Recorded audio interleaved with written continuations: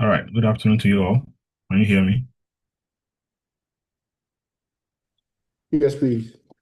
Yes, All please, we right. can hear you. Good. Now I hope you're all used to Zoom, and so you know how to raise your hand, mute yourself, or mute yourself, and all of that. So when you want to ask any question, you can raise your hand. I'll see it, and I'll call you. Okay. All right. So welcome to this class. You're supposed to have a look at research methods for economists.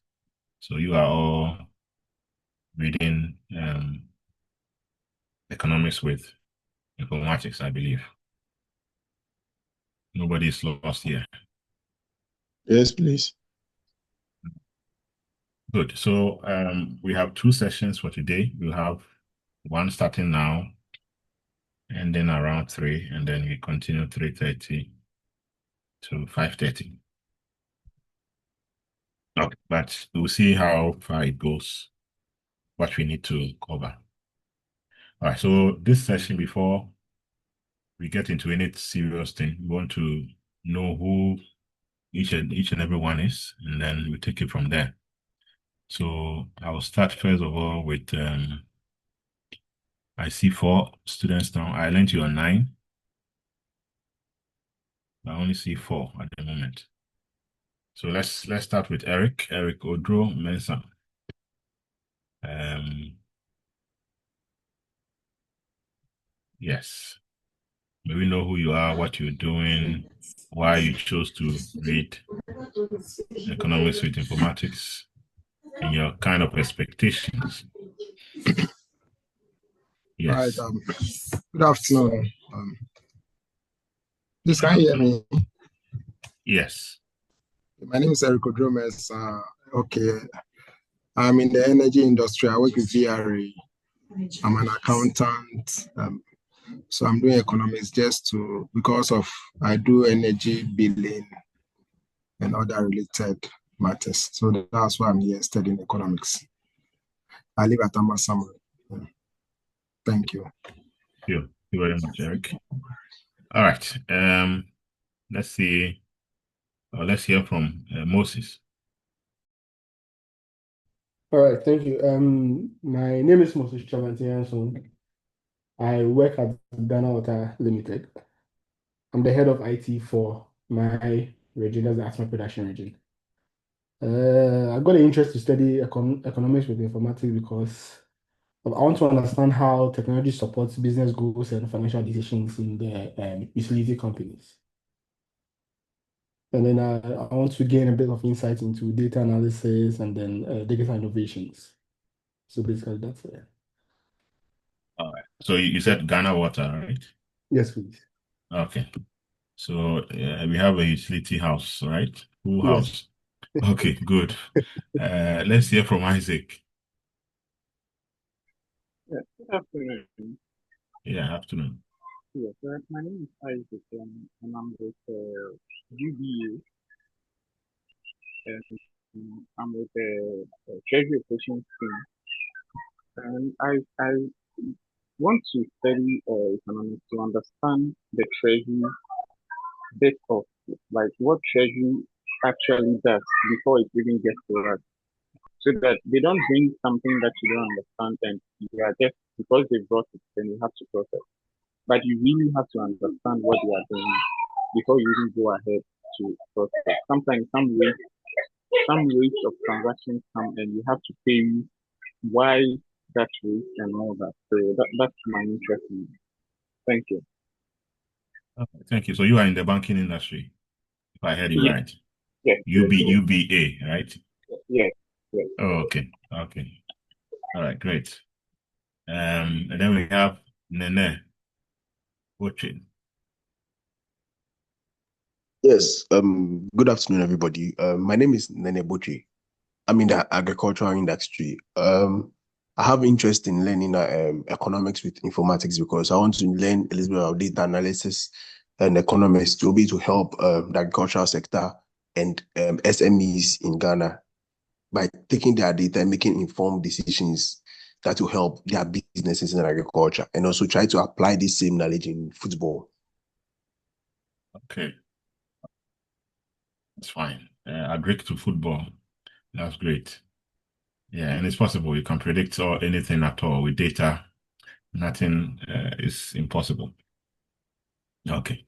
All right. So my next question, I hope you all have background in economics, or some of you are new to economics. Eric?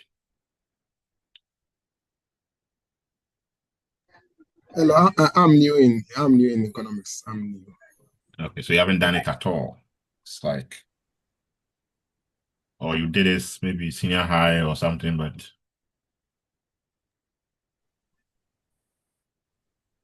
Not really. I did engineering, then I branched to accounting. So okay. I've not So really then, done economics. okay.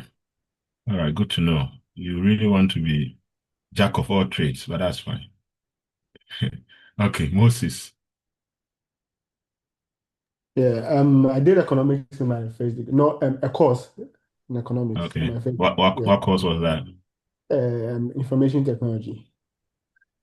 in economics? No, I mean the So economic course you also, did. no, it's just like basic economics. Oh, okay, okay. Yeah, basic economics. All right, Yeah. all right, all right. That's good. Isaac. Yeah, I did my first degree in statistics, so I did lots of economics, like the some microeconomics with some econometrics and all that. So yes, I have a little, not an in-depth knowledge, but a little knowledge in economics. Okay. So you said you did what, statistics? Is that what I Yes, heard?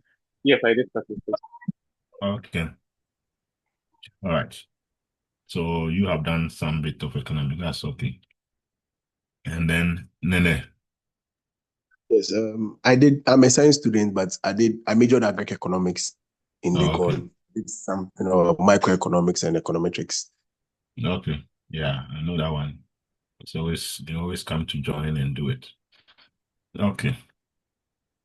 Grace, you are late. What we are doing now is to introduce yourselves, what you do, um, why you chose the course, any expectations, and whether or not you have any knowledge in economics.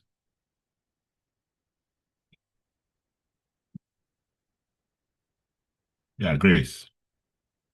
Yes, Doc. Okay. Good All right. afternoon. Afternoon. My place is a little noisy, that's why. So All right. I'm We now can hear going you. home from church. Okay. So yeah, I did banking and finance at UPSA. So we did a Okay. little bit of economics. Okay. And I love economics, so I want to do it with in addition to my finance um, background. So What do that's you do? Do you work? What do you do? yeah, I work with GIZ, the German Corporation for Development. Oh, I see. GIZ. All Yes. right. All right. Okay. I see. Thank All right. you. That's good. Okay. That's good. Okay. So, as and when others join, we will ask them who they are, and then we take it from there. So, I need to introduce myself. So, I'm going to be the instructor for the course, and my background is development economics. And so, first degree, master's, PhD, all in economics. I'm a researcher, and so on the side, we do quite a lot of consultancies and the rest.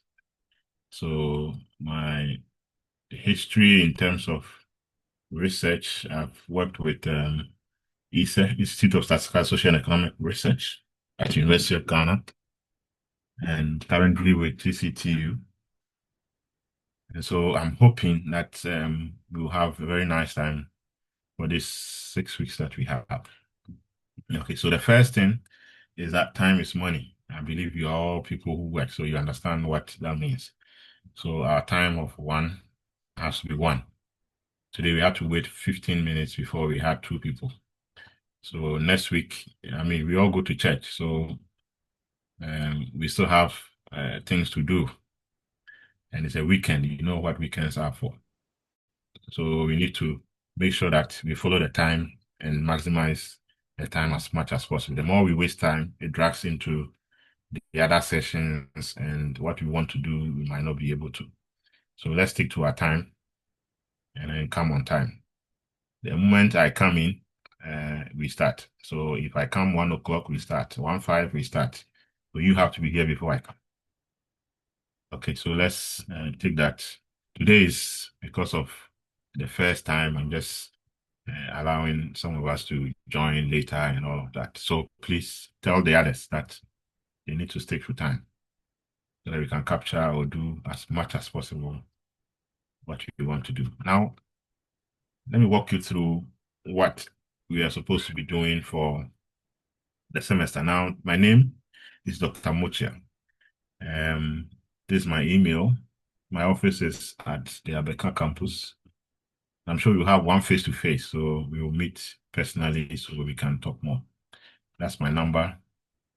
And because you are far away and you can't have office hours, open to, if you have any discussion, you can reach me on my number or my email, and we'll have that conversation.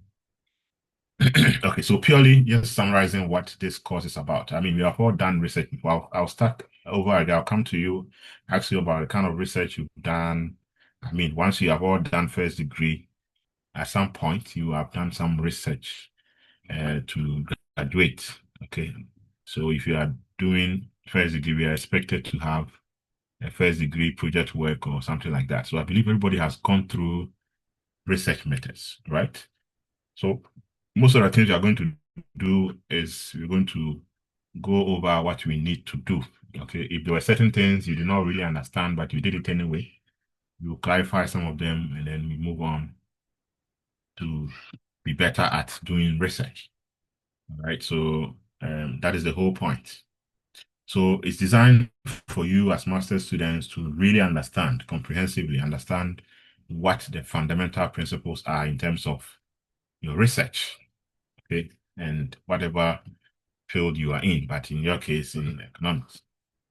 Okay, so we're going to look at the basic and then very applied research techniques in how you solve some economic problems. Because remember, every topic that each and every one of you will bring has to be related to your course. So once it's in economics, the topic has to be related to economics, definitely. Right? So whether it's energy, you have economics in there. Whether it's banking, you have economics in there. Wherever you are, we have economics. So you are able to apply it as and when needed. So it's going to go through the entire research process. So from the beginning where you start with bringing out a topic. So you going to state your research problem. You're going on to state your objectives, your hypothesis, or literature review, methodology, and then the whole analysis process, like how you're going to be able to analyze some of the things you do. Especially in economics, we are a bit biased towards quantitative analysis. So we get to understand some of the ways to go around quantitative analysis as well. So it's going to go to cover all the entire process, right, of research. And so as we move along, my advice to you is that once you bring out your topic and probably we discuss here, guide you a bit as to maybe you might want to do this or that. If you go to research problem, the advice is that you apply the knowledge to the topic you have. Carefully write that down as your research problem. If you get to you setting your research objectives or research questions, you use your topic and formulate them. So systematically, by the end of the course, your project work, you have probably done your proposal at least, because they'll be asking you for your research topics and proposal, you're going to defend it. So let this be sort of a step-by-step guide. So as we move on, you're also practicing and getting along. And so by the time you are done, you have reached somewhere. Don't just come and listen and not put it in practice into trying to use it to bring out your topic and formulate all the things you need to within this 6 weeks we have. So let that be the habit. Have a notebook by you. And then when we ask you of your topic, you bring it out, you start with your research questions, and it goes on and on like that. Then by that, when we ask you to submit your project proposal, it's very easy because you have already gone through the system. Okay, that's how this has to be. Right?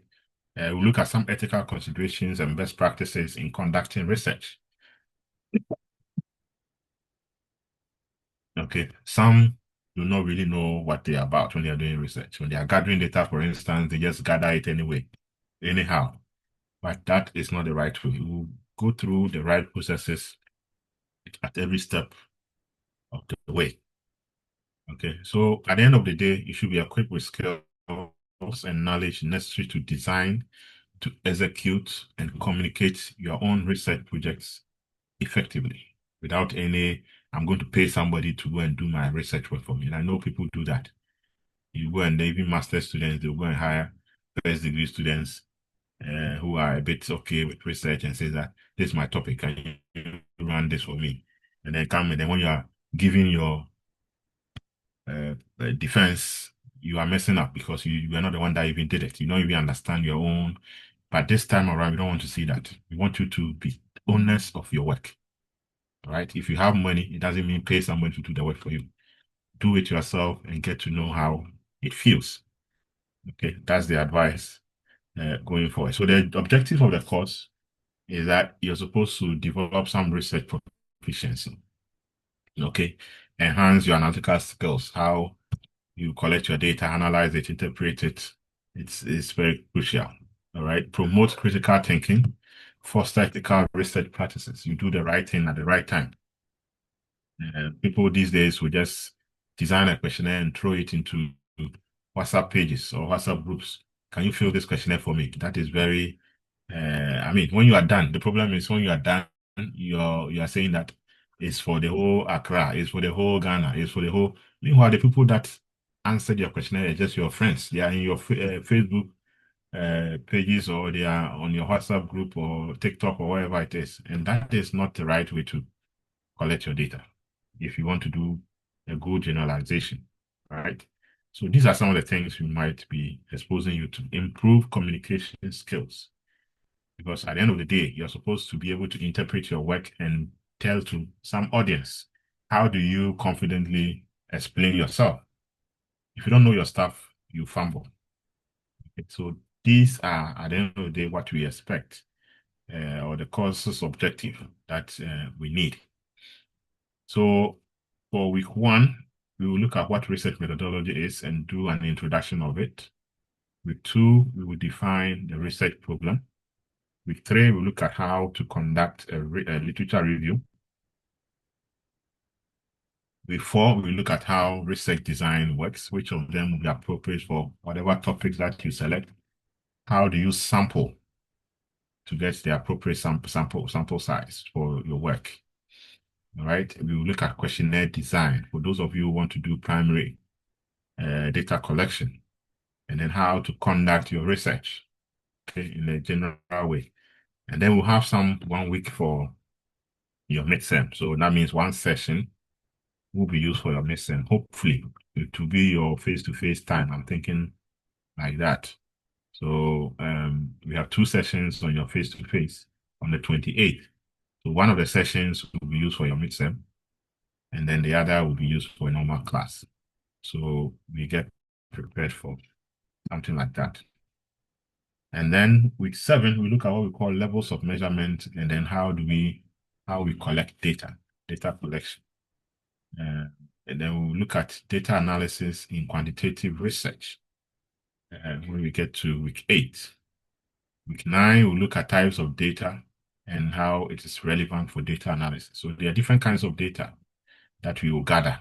And once we gather it, the appropriate data analysis is supposed to be used.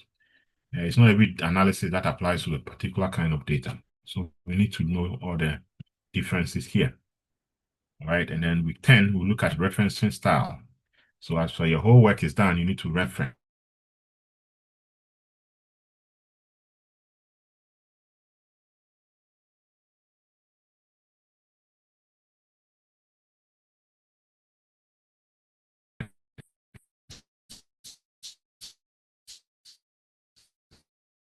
we'll look at all of that. And then your examination will come at the end. Okay, so that is how we are likely to go with the semester. Okay, so I believe you're all ready. And so we can go ahead and do it. So these are your reference reading materials. And I think, let's see, there are a few I will share with you. And then you can go ahead and have others attached to it. You can read any book that is on what you call research methods will more or less speak of the same language because it's generic. It's not in a specialized sort of field. So literature review is going to be literature review anywhere, right? Research design is going to be research design, different kinds that you can read about. All right. Any questions so far? So this is how your grading is going to be 40% for continuous assessment and then 60% as your exam. Okay, and your 40% is going to be made up of your midterm, any assignment I give you, any class participation I'm asking questions, you're participating, attendance, being here every time and on time, right? So any aspects that you'll be looking at before you sit for your final exams, you're going to be getting marks out of that, and that will make your 40%. And together, I believe you get a pass and a good pass and go away in peace. All right, so this is your sort of introduction and the course outline for the sessions that we're going to be having. Anything that you need clarification on?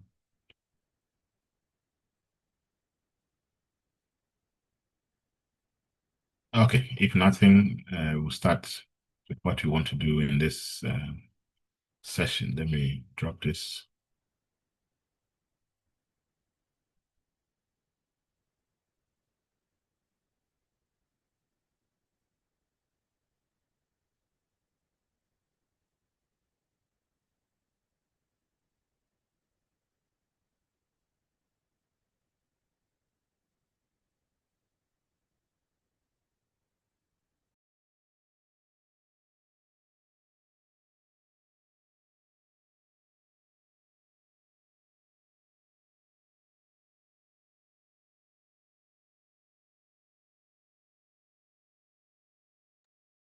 Okay, so we begin with this research methodology. So just want to have an overview, sort of an introduction to what the research method is about.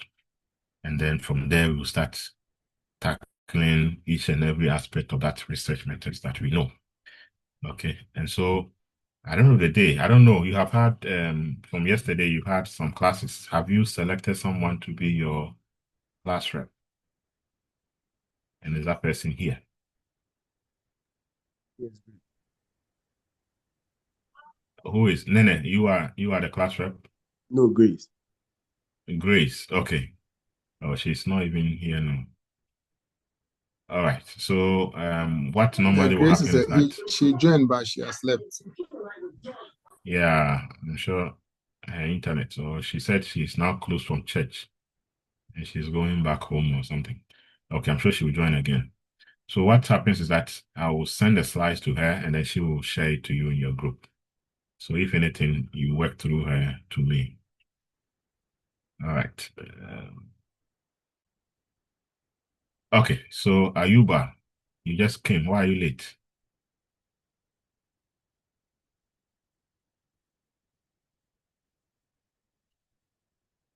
Ayuba, can you hear us? Good afternoon, Doc. Yes. Why are you late? I was using a different line to join. I just contacted a colleague who forwarded the link to me. That's why. Oh, so you got lost. Okay. All right. So Yes, please. it's fine. With time, I'll allow you to do some exercise, but let's start something. When we are at the end of the session, let's see how many people we have added on, and then they will do the introductions. and then we move on. Okay, so we want to start with an introduction. So research methodology, what is it about in the first place? And so the outline here that you want to have a look at is that you're going to look at the fundamental concepts of research methodology. We will look at the objectives of research, the motivation for research, the types of research we can have, research approaches and significance. We look at the research methods and research methodology. These are two words that we normally interchange. So research methods and then research methodology. We'll have a look at that. And then research and scientific method, right? And then we'll look at research process overview and what becomes a good criteria for a good research. So the outline will cover all the things that I have to do today. So what is research? If you just say research, in our minds, we know that it is you going deeper into something. You want to go and have a look, or you want to go and have a taste at something you have no idea about, or you are curious about getting to understand something. Okay, so research simply refers to a scientific and systematic quest for knowledge. So your duty as a researcher is you want to go in and get knowledge. You want to go in and search knowledge.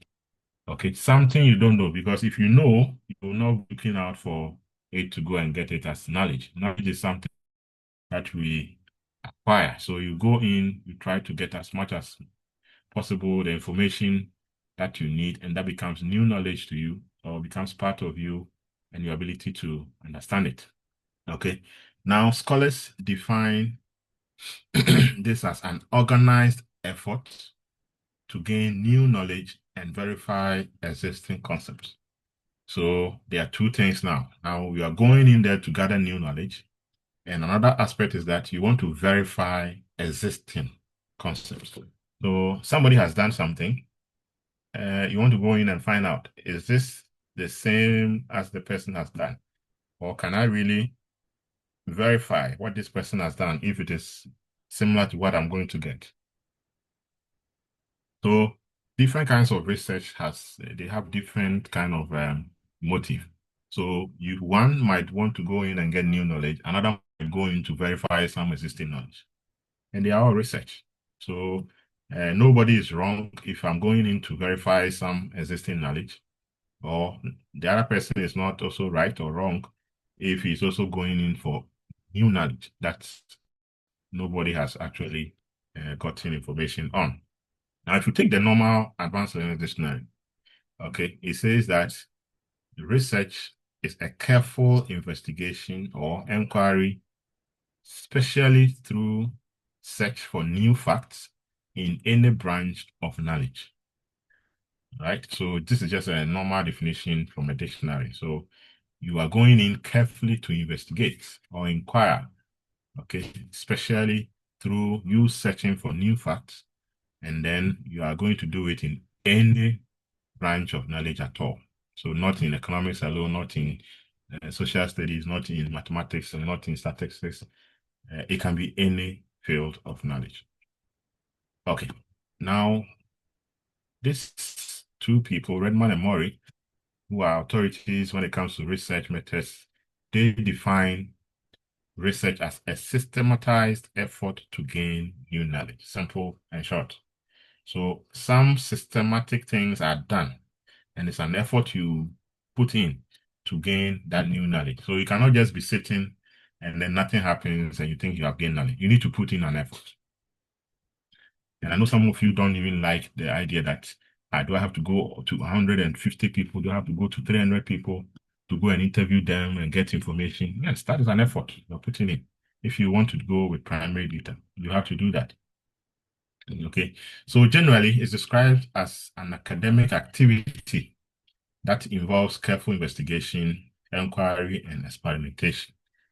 So you cannot say you have done research without having gone through whether you are investigating something, whether you are inquiring about something, or whether you are doing some experiment to find some results or get some results from the research. So finally, when you are done with the research, what does it do? It leads you to new insights. You are able to bring out theories. You're able to use it as an application. and you are using that to improve understanding of your various fields of study. So every research that is done has to have something like this. If nobody is benefiting from your work through giving new insights, theories, applications, and it's not improving the field of knowledge, then that was not research. You have not done anything yet. Okay, what are the objectives of research? Now we are saying that anybody that wants to do research, someone might want to explore phenomena to gain familiarity, right? And then new insight. So those ones, the green fields, sometimes you are not sure what is existing, right? And so you want to go in and explore. We call those studies exploratory studies, right? You want to go in and explore what might be existing that you have no idea about. Okay, in our part of the world, this year I've not really heard, or was it last year? Flooding. I mean, even this year, there were some cases of flooding, but this has been some critical issues that happens to us every year. No matter what, some places will get flooded, some people's properties will be taken away, some will get killed in those floods, and it has been an annual thing. Now, we already know what is happening, but somebody might want to know why. Okay, why has this been an annual thing, and what is behind all of these things? Now, this is research. It's researchable. You want to go in and find out, is it a poverty issue? Or you don't think it's a poverty issue? Because most of the time, the people or the places where it gets flooded, these places are slums, the kind of buildings they are in or structures they are in. Those places are normally even places, not places where they are supposed to be. But you ask yourself, why are they there? Is it some social issue? Right? This is some economic issue. All of these are things you can research about. Okay. Now, again, another objective is to describe the characteristics of individuals or situations or a group accurately. So some might want to resort to doing something we call descriptive analysis or descriptive studies. So your duty is not to analyze it per se, but your duty is just to describe the situation, how it is. Okay, so if I see this class right now, I just want to describe this class. I'll say that now you are 1, 2, 3, 4, 5, 6 people. 5 are males, and then 1 is a female. That is just a description. It has no analysis in there. I've not really analyzed anything. I'm just describing, right? So we can have descriptive studies, and some studies are basically descriptive, which is also fine. Okay, another one is objective is to diagnose problems or determine the frequency of occurrence. Like I was talking about the flooding. So if our duty is supposed to go in there and then diagnose the problem, what is causing this whole sort of thing, and why the frequency every year, why do we see flooding every time? Then we are going in there to diagnose, right, the problem. And then finally, maybe give some recommendations to what solutions there can be. So those can also be termed diagnosis studies, right? And then in other instances, we are interested in going into test hypothesis. So I'll say that in Ghana, about say 90% and below 3,000 Ghana cedis, right? This is a statement I've made. Now I have the duty as a researcher to go in and test whether the statement I've made is the opposite or it carries weight. So the hypothesis I'm testing is that the average income of the normal Ghanaian is below 3,000 cedis. Now, if I collect data and I analyze, and it shows that, yes, indeed, the majority or 90% are earning wages that are 3,000 cedis per month, then I've proven myself that the hypothesis I'm testing, the statement that I made, is true. If the data I gather gives me something different, that it says that no, it's not below 3,000 but greater than 3,000, then it's also another statement or results I'm finding. I tested a hypothesis and I brought about some results that are most likely to be new insight to anybody that research. Okay, so these are hypothesis testing studies. So we can group research into different angles. Okay, you can take any book and the book will describe the different kinds of research design into several ones. Okay, but most of them are always the same. Just that some people will just twist the name here and then call it causal studies. Some will twist the name and say hypothesis testing studies. Some will twist the name and say relational studies. Any sort of name that you hear, you just have to read what it means, and then you understand that it's just a fact that I'm writing my book. I need to call it differently so that it stands out. But generally, they are all talking about virtually the same thing. Okay, so we'll get to some of the research designs when the time is due. So we understand how to go about our research and which of the research designs are appropriate. Because the moment you get lost in terms of the research design, but research design guides you into the kind of analysis you can do. So you need to start well and get it right. Okay, but I'm sure you are going to all get it right from where we are starting from. Okay, so what are the motivation for research? Okay, in some cases, in your case, you're going to be doing your research because of academic aspirations. You want to, at the end of the day, get a master's degree in economics and informatics, right? And then economics and do you have public policy here? Or it's only informatics? Are you all doing economics with informatics, right? Or there's a variation somewhere? Can you guys hear me? Yeah, everybody's Yes, doing we can hear economics. you. We are all the economics. So, but you are not talking. Okay, good. So your duty here is to get research done, and then it's for academic aspiration. So you earn your degrees, and then scholarly recognitions that, oh, I did this, and this was my research topic, and I got this out of it, and I got this class, or I got a distinction, and all of that. Okay, so that is one motivation for doing research. Another one is intellectual curiosity. Now, there are people that are critical or interested in just solving theoretical and practical challenges. And so for them, they are just curious. They wake up, they think about this. Why is this the case? I need to go in there and investigate and find out what really is happening. Okay, so they are just curious. And their interest is in looking at theoretical issues and looking at practical challenges that they can sort of fix. Right. Another motivation is practical necessity. So there are some societal problems. Now, the flooding is one of them, as I said, in Accra, right? The slums are growing. Urbanization is an issue. Okay, so these are problems that are affecting society. And there are some problems that are affecting industry, those of you in ECG. Now, there are a lot of economic losses in terms of this power that you supply. A lot of them does not get to and where it starts to be generated to where it ends with the final user. A lot is lost along the way, right? And we need to probably find out where the losses are going. Okay, so a lot of people do these illegal connections, and in terms of even revenues, a lot is lost because you're unable to track all of these people that are stealing your power. Okay, these are societal problems, and that could be something you are interested in going in and to find out what is really existing. Why are these losses happening? What can be recommended to safeguard the situation? Because if you look at what the losses are, I've consulted in some instances for some of these ECG and the rest, NETCO and the rest, and the economic losses are really huge.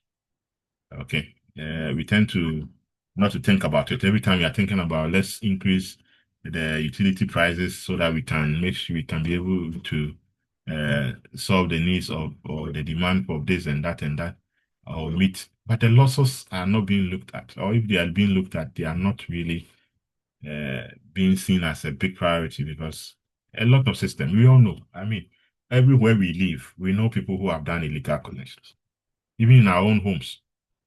We are doing it. Even staff of ECG, right? People that lead the course.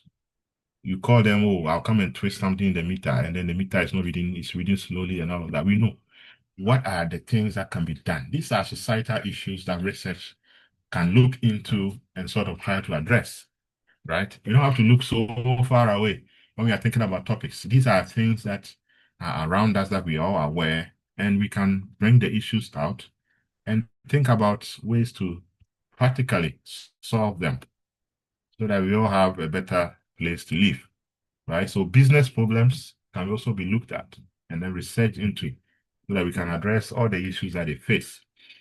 That is a way or one motivation for research, right? And then societal contribution.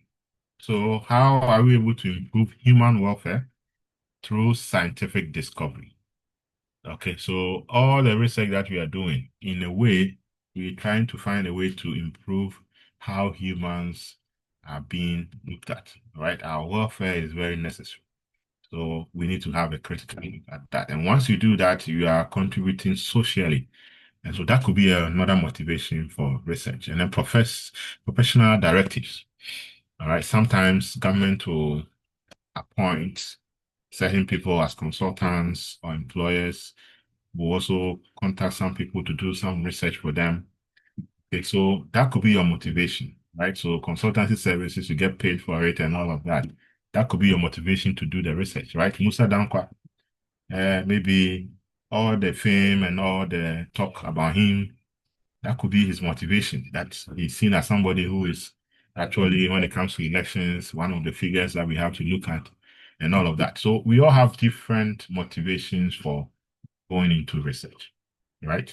So you, as I already defined yours, and apart from that, whether it's been just academic, it could be because of where you work, you want to make an impact, right? And to research into something that is important for your company. Okay, so those are some of the motivations for research. Now, they are not exhaustive. There could be other variations of motivations that could be making you go to do what you need to do. Okay, now what are the types of research? Now, this is again not exhaustive. As I said, if you take any book, they will probably define the types of research differently. But just read each and every one of them, and you'll see that they are linked to some of the things you're going to be reading here. Okay, so we have descriptive research, and this one describes what? An existing phenomena without manipulation. So you're not doing any A plus B equal to C to it. All you're doing is that you are describing it as it is. Okay, so if you are describing GCTU campus, you are just saying that the colors there are light blue and sea blue and maybe deep blue and blah, blah, blah. And they are yellow in there and this and that. That is all you're doing. You are not manipulating anything. You are just saying it as it is. So if that is what your research is supposed to do, then go ahead and do that. Okay. Then we have analytical type of research. Now, this one is where we do a lot of manipulations, a lot of additions, subtractions, and stuff like that. So we're using existing data to critically analyze and evaluate. Okay, so for example, you want to do poverty analysis. So what you're doing is that you want to gather some variables. You're looking at the kind of food food items that is consumed in each household. You're looking at how much is spent on them. You're looking at the number of times they eat. You're looking at the kind of an amount of income they receive. You're looking at quite a lot of things. And so at the end of the day, you are finding out what is poverty. We are looking at absolute poverty. We are looking at extreme poverty. We are looking at all of those. Now, there are measures to it. How do you measure them?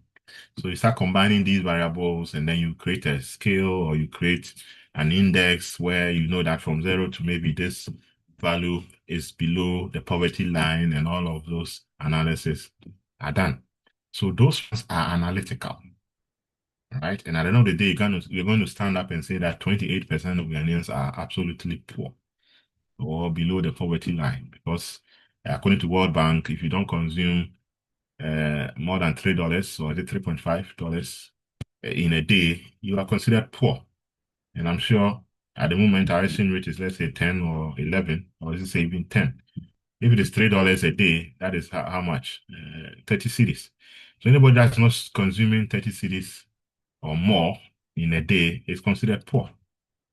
right? And this is analytical because we've done some analysis to be able to come out with these things and then evaluate the situation. All right, we have applied research. So this one focuses on solving immediate practical problems. So we are applying the knowledge of research, come out with solutions, and then we use that to apply to the problem and make it a solution. So those are applied research. Fundamental research normally are the ones that are theoretical in nature, right? So we understand the theories without immediate application to the real world. And so fundamental research is purely theoretical research, right?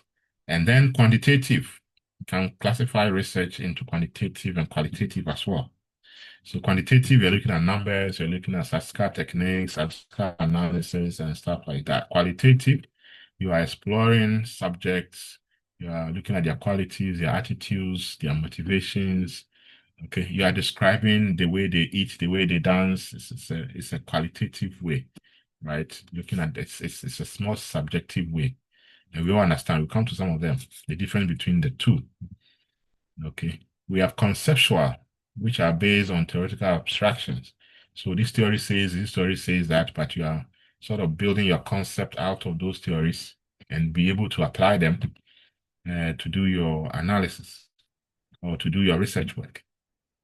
And then we can also classify it as empirical, based on observed and measured phenomena. So empirical research are the ones that we have actually measured the variables, right? We've measured based on data we've gathered, and we're able to speak to it that these were the conclusions we had, and so on and so forth. So as I said, there are different ways to categorize the types of research. Okay, and I'm sure by having done some research in your field of study, you have come across different ways of classifying these, and they are not wrong, as I said. If you read carefully under each of them, you realize that some of the things they are talking about are applicable to some of the things we are speaking about here. All right, any questions so far?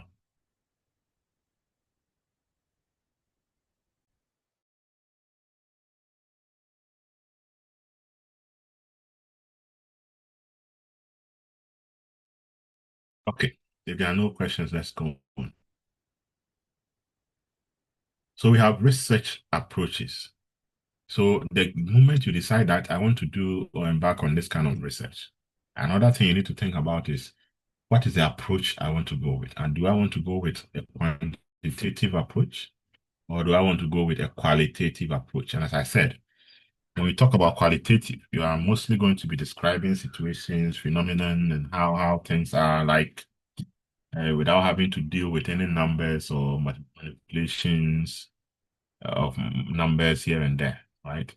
So qualitative way is just involved with subjectivity. It's more of what the people are saying, right? They are describing or their lived experiences, telling you that, oh, this is how we do this. Oh, this is how we do this. When I wake up in the morning, I go to the farm, I read, I come back home around this time, and they are just narrating. So narrators can be another kind of research, right? Storytelling, all of these are research.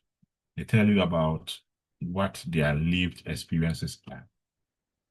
It could be their assessment of attitudes. It could be their opinions, their behavior when you interview them through normal interviews or focus group discussions, or you go and sit and observe them. Okay? And so that is qualitative approach. Now, the quantitative, which most of you are going to do, or all of you, not even most of you, all of you are likely to be focusing on because of the field you've studied or chosen, it's going to be focused on numerical data, measurable variables. So the variables you are going to gather data on has to be measurable. All right, statistical analysis has to be applied. And then it could be through experiments or it could be through inferential research. All right, so all of these are the approaches that you can take when it comes to your research. And One other thing is what we call the mixed methods. Now, the mixed methods combines these two, where we have your work comprising of some quantitative and some qualitative. All right. So we have both quantitative and qualitative in there. So we call those ones mixed methods. It's also another way of making your work sort of rich in terms of the analysis you want to do. All right. What are the significance of research? All right. So normally we do research, but we have the motivation. But what are the importance? What are the significance? It advances scientific knowledge. Now, once you put out there that I did this research, I found A, B, C, D, I recommend so and so, I conclude that, you are advancing scientific knowledge and you are bringing about what? Innovation, because somebody will read your work and say that, oh, okay, this person did not speak about this angle. Let me also do a similar thing, but speak of this other angle, which this person did not speak of. Now, you have added to scientific knowledge and it also created or improved upon someone's ability to innovate and then bring about different ideas in terms of the next research that they have to do. Okay. It can support evidence-based policy making in government and in business. And now, these days, I think some developing countries are doing better because they are not bring about policies just for the fact that they want to do A, B, C, D, and then they just start doing that. No, they rather wait and get some analysis done. And then out of the analysis that is done, they are able to tell, right, that this is the line or the approach we have to use. Or we've seen that the northern regions are the most poorest. That is not three, right? Four. Is it the northern region has been put to two, right? So we look at the northern sector and we just say that they are, if you're looking at the poverty structure, they are considered some of the worst affected. Looking at central region is also part of those who are worst affected in terms of poverty and all of that.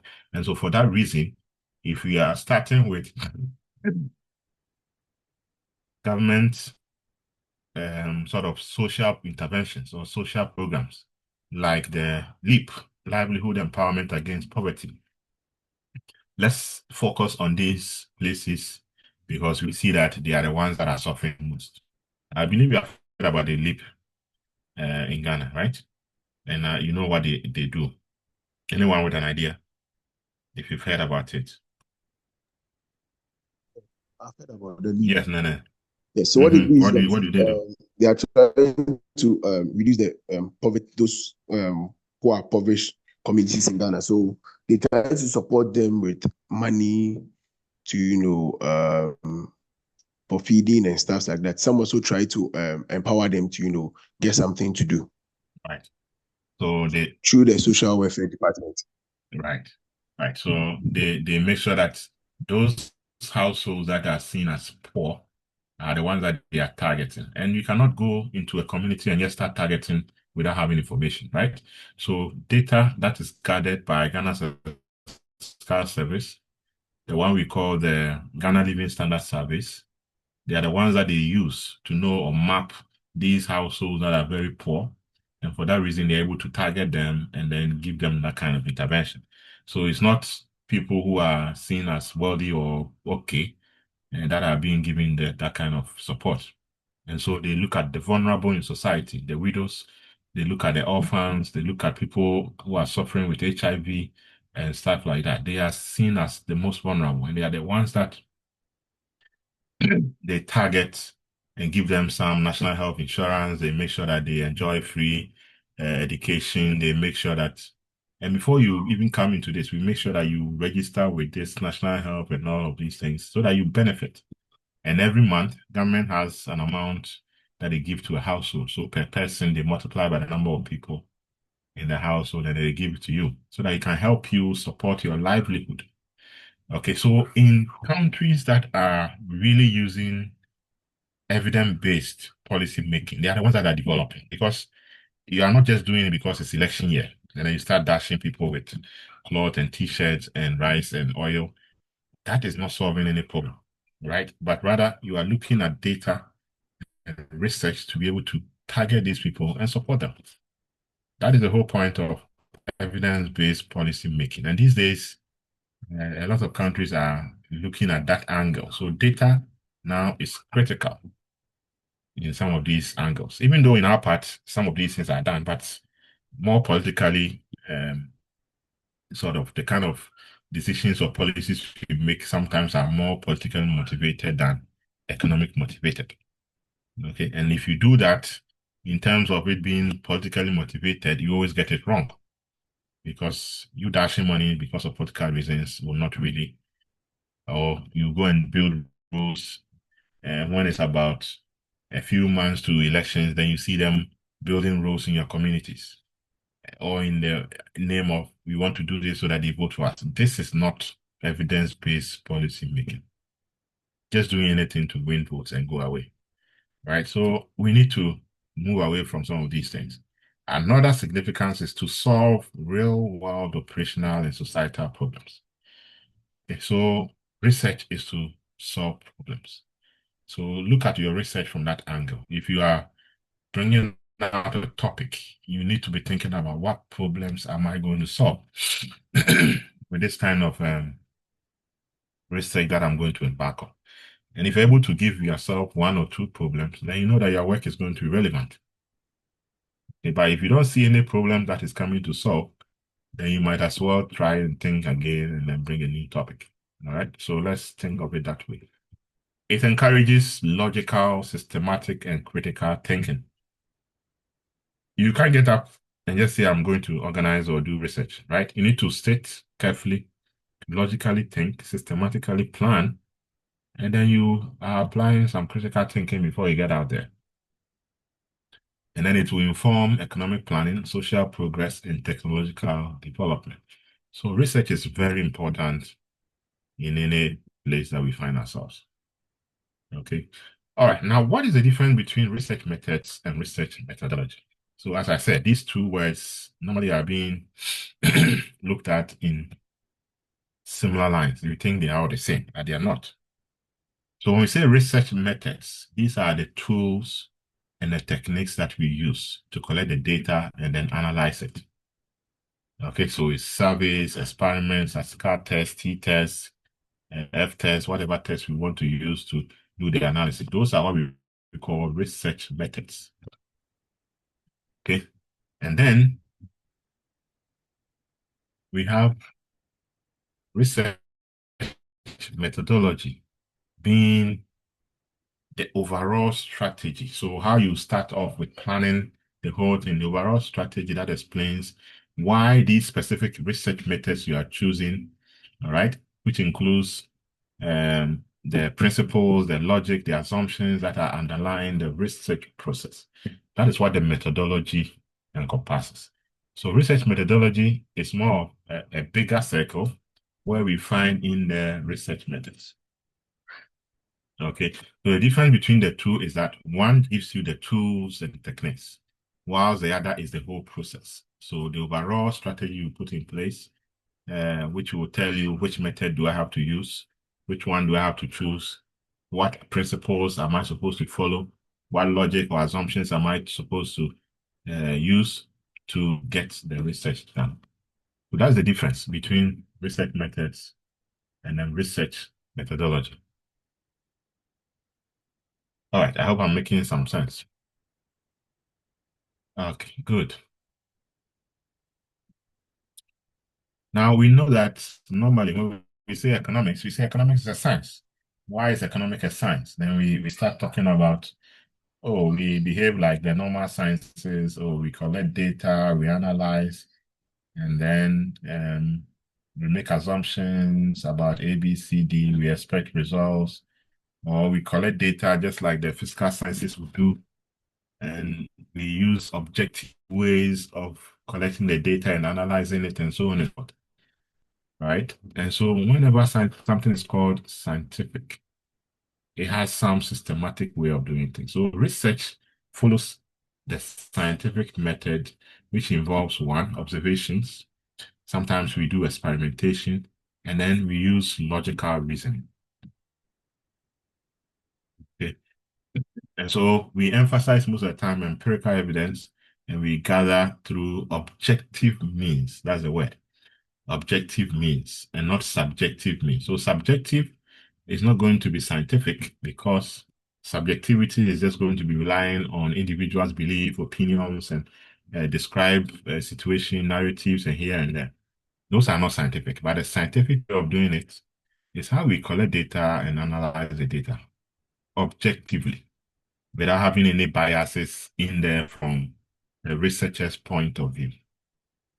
Okay, that is basically what scientific means. So scientific methods characterizes, right, or the characteristics of scientific method are that you rely on observable and measurable facts. So these things are measurable. Poverty is measurable. Okay, consumption is measurable. Inflation is measurable.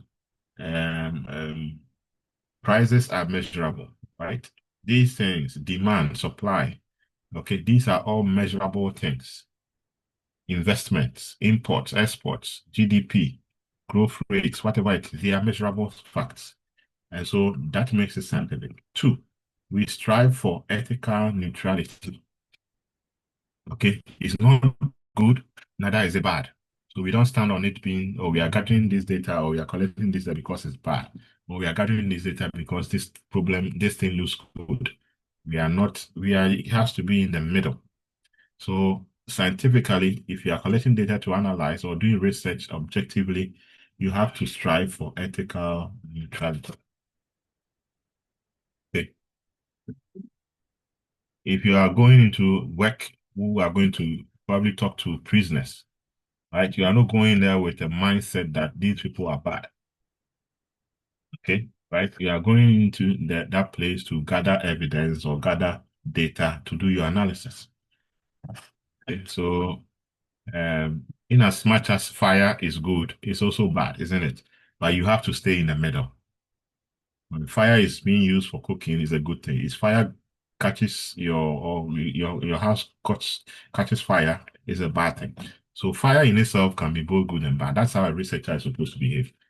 You have to stay neutral in the middle, right? It produces probabilistic predictions. So you use probabilities to bring out predictions. So that's what scientific methods is about. So when you are done, you are able to say that I'm so and so percent confident that this is how the election is going to go. All right. And I'm hearing that for the first time, this guy got it wrong. And people are saying, you know how Ben Epstein started? And then at some point he was doing so well, and then one, two, three things didn't go his way, and all of a sudden Ben Epstein is quiet. Or we are not hearing much from him because probably he's old or he's not. You know how Ghanaians can chastise you. If they believe you, and I believe Mr. Danquash next time should not get it. If he continuously gets it in the opposite way, Ghanaians will get him. Right? But I mean, if you understand research, you not blame anybody if it doesn't go the way that it has been predicted. You understand? Because it's not everything that can be considered before the actual thing happens. Your duty is to predict based on probability. So you ask these people, they could be delegates. You ask them the questions. Who are you going to vote for? Oh, I'm going to vote for Baomi. I'm going to vote for who is this guy, the Oman FM guy, right? And then they go and do different things. What can you do? Right? These are human nature. So the difference between social sciences and the non-natural sciences is dealing with human beings as social beings. Because today you talk to me, I could be in a good mood and I'll tell you that I'll vote for Bawumia. The next moment, you don't know what happens. I get into a bad mood or something happens and I change my mind. But meanwhile, your data you gathered actually spoke about what I wanted to do in the first place. But I've changed my mind. What can you do? Okay, so we cannot. So normally, some of these things is the way you bring about the conclusions. Okay, you are saying that I believe that this is likely what is going to happen.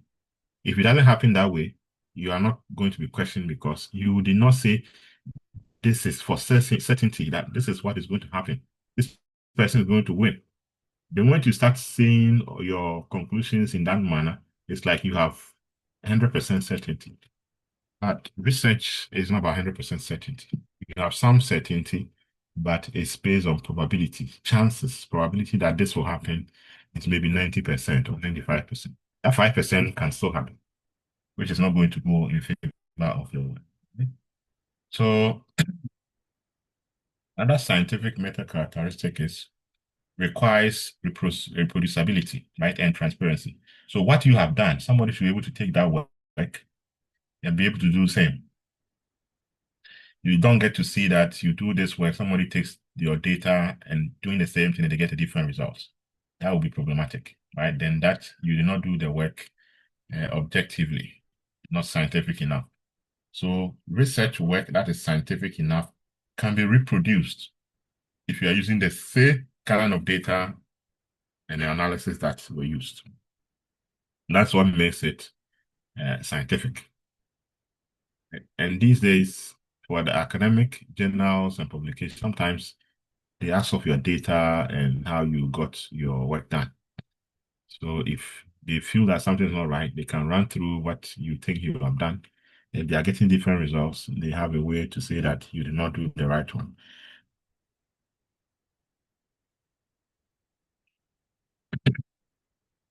So it's really important making sure that your work is scientific in nature. Okay, so what are the importance of knowing research methods? So what is this about? That you are here trying to understand what research method is. Okay, so one is to equip each and every one of you with the skills to design and execute systematic studies. So your ability to get your topics done, get it through the research process is one of the importance why you need to know about research methods. Two, to help professionals critically evaluate and use research results. So if research results are available, how do you evaluate it and how do you use it? There are a whole lot of research that has been done on ECG, that has been done on Ghana water, and others can take that research and see how critically they can evaluate and use that kind of results or apply it in some other context. Okay. And then it fosters discipline and objective thinking. So you will not be thinking subjectively anymore because you know that at the end of the day, the work that you have to do has to be objective in nature. Okay, you'll be disciplined and make sure it's really, really objective in terms of your thinking and what it comes out with. It enables informed decision making in practical and theoretical contexts. So once you are done, and I like it when someone said that I work here and then I want to use my knowledge to get some insight into how to research into my workplace and something like that. I think I heard somebody say that. Right, and it's important. Yeah, some of the problems are at your fingertips. Where you work, you really see the problems. You can use research to sort of come out with some solutions that could help not just your department, but the entire place that you work. Okay, so it's important to have research back every decision-making process. And that's what we call the informed decision making. Any questions so far?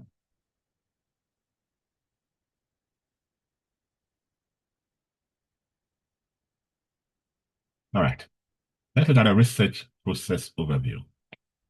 And so for you to start your research and get to the end, one, you need to bring out your topic and you need to define the research problem clearly and specifically. So don't just formulate topics. These days, because of AI, you are being lazy. Sometimes you just go to AI and says, give me 3 topics in economics with informatics as a student in MA program and blah blah blah. And so you give it that prompt and bam, give it the context of Ghana and maybe Accra or the area you want to, and then it gives you a whole lot of topics, and then you decide to choose one. Now, before you can do that, one, it can help you, but you need to carefully look through and find out this one or this topic that I'm selecting. What is the problem in there? What is the research problem? Okay, we'll have a whole session on research problems, right? But you need to be able to clearly state what the research problem is. And be sure that, okay, once I'm able to do A, B, C, D, this research problem will come out carefully. I'll get my objectives, and then I'll be able to do the analysis to support or answer these research questions. Okay, after that, you need to conduct a comprehensive literature review to understand the existing knowledge. So somebody, I said, there's nothing new under the sun. So whatever topic you're thinking about, somebody has done something like that, or even the same thing.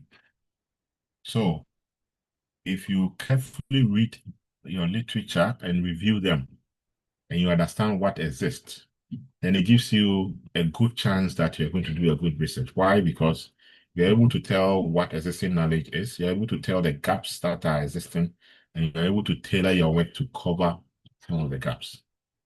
That's what is going to make your work relevant. Okay, you formulate the hypothesis that you need to be testing, right? You test A, B, C, D hypothesis. You need to formulate them. Okay, you need to bring out your research objectives, your research questions. Okay, you need to find a research design through your methodology. Okay, the research approach that you use. What are the sampling that you have to do? Okay, so you have to select a suitable sampling design. Am I going to use systematic random sampling? Am I going to use what do you call it? Random sampling, simple random sampling? Am I going to use cluster sampling? What kind of sampling am I going to use? You need to design it and bring it out carefully. How do I collect the relevant data through surveys, experiments, observations, all right, whether primary or secondary data? How do you get the data? You need to be able to know that or get a sense of that. How do you analyze your data using statistical or qualitative methods? Okay, so I want to use quantitative approach. I need to know all the statistical methods I need to apply. Qualitative, how do I go about it? Okay, you need to test the hypothesis against the data you have. And then you interpret your results and prepare a comprehensive research report. That is your full work. And then you bring out all these recommendations, your references, and all of those things attached.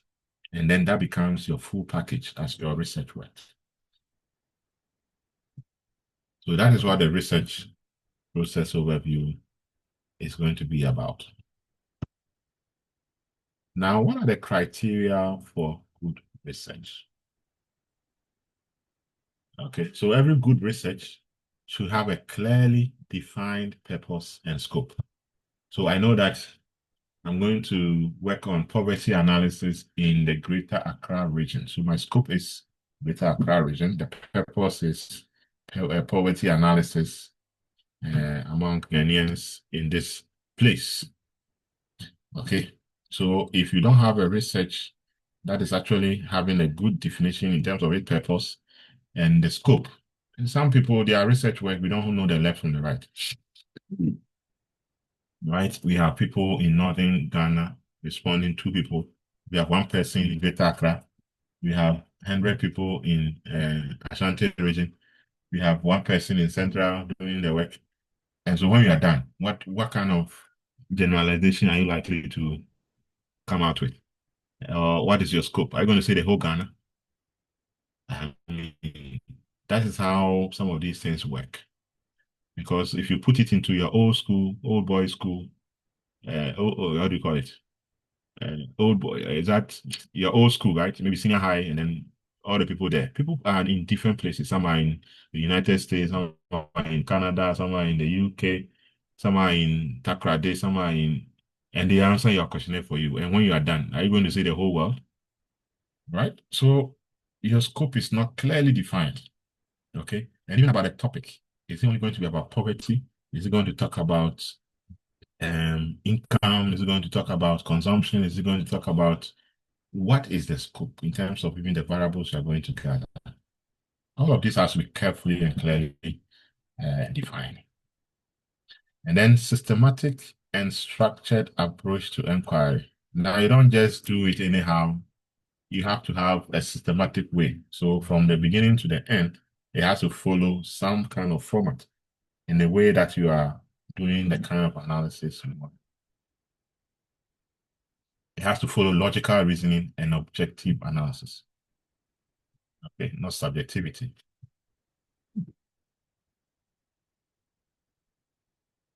Then data has to be valid. It has to be reliable. And then if you are collecting them, collect it in the right way. Okay, so that people that will use your data later will say that the data is valid enough or is reliable to be used for the analysis that they want to use it for. It has to be transparent and replicable. So somebody should be able to repeat the same thing you have done if they use the same data you have. Okay. If your work cannot be done, if you move away and nobody can replicate what you have done, then there's trouble. Why? Because we don't know how you did your work. Okay. Some people will sit in rooms, design their own questionnaire, fill their own questionnaire, analyze their questionnaire, and then now come and generalize for the outside world. But that is not done. You have to get it done right. Okay. And then it has to give you accurate conclusions that are supported by evidence. So for any good research, these things should not be evasive.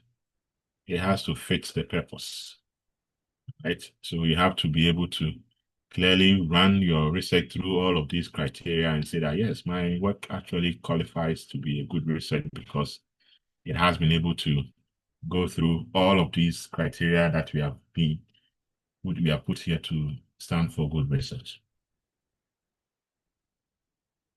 Okay.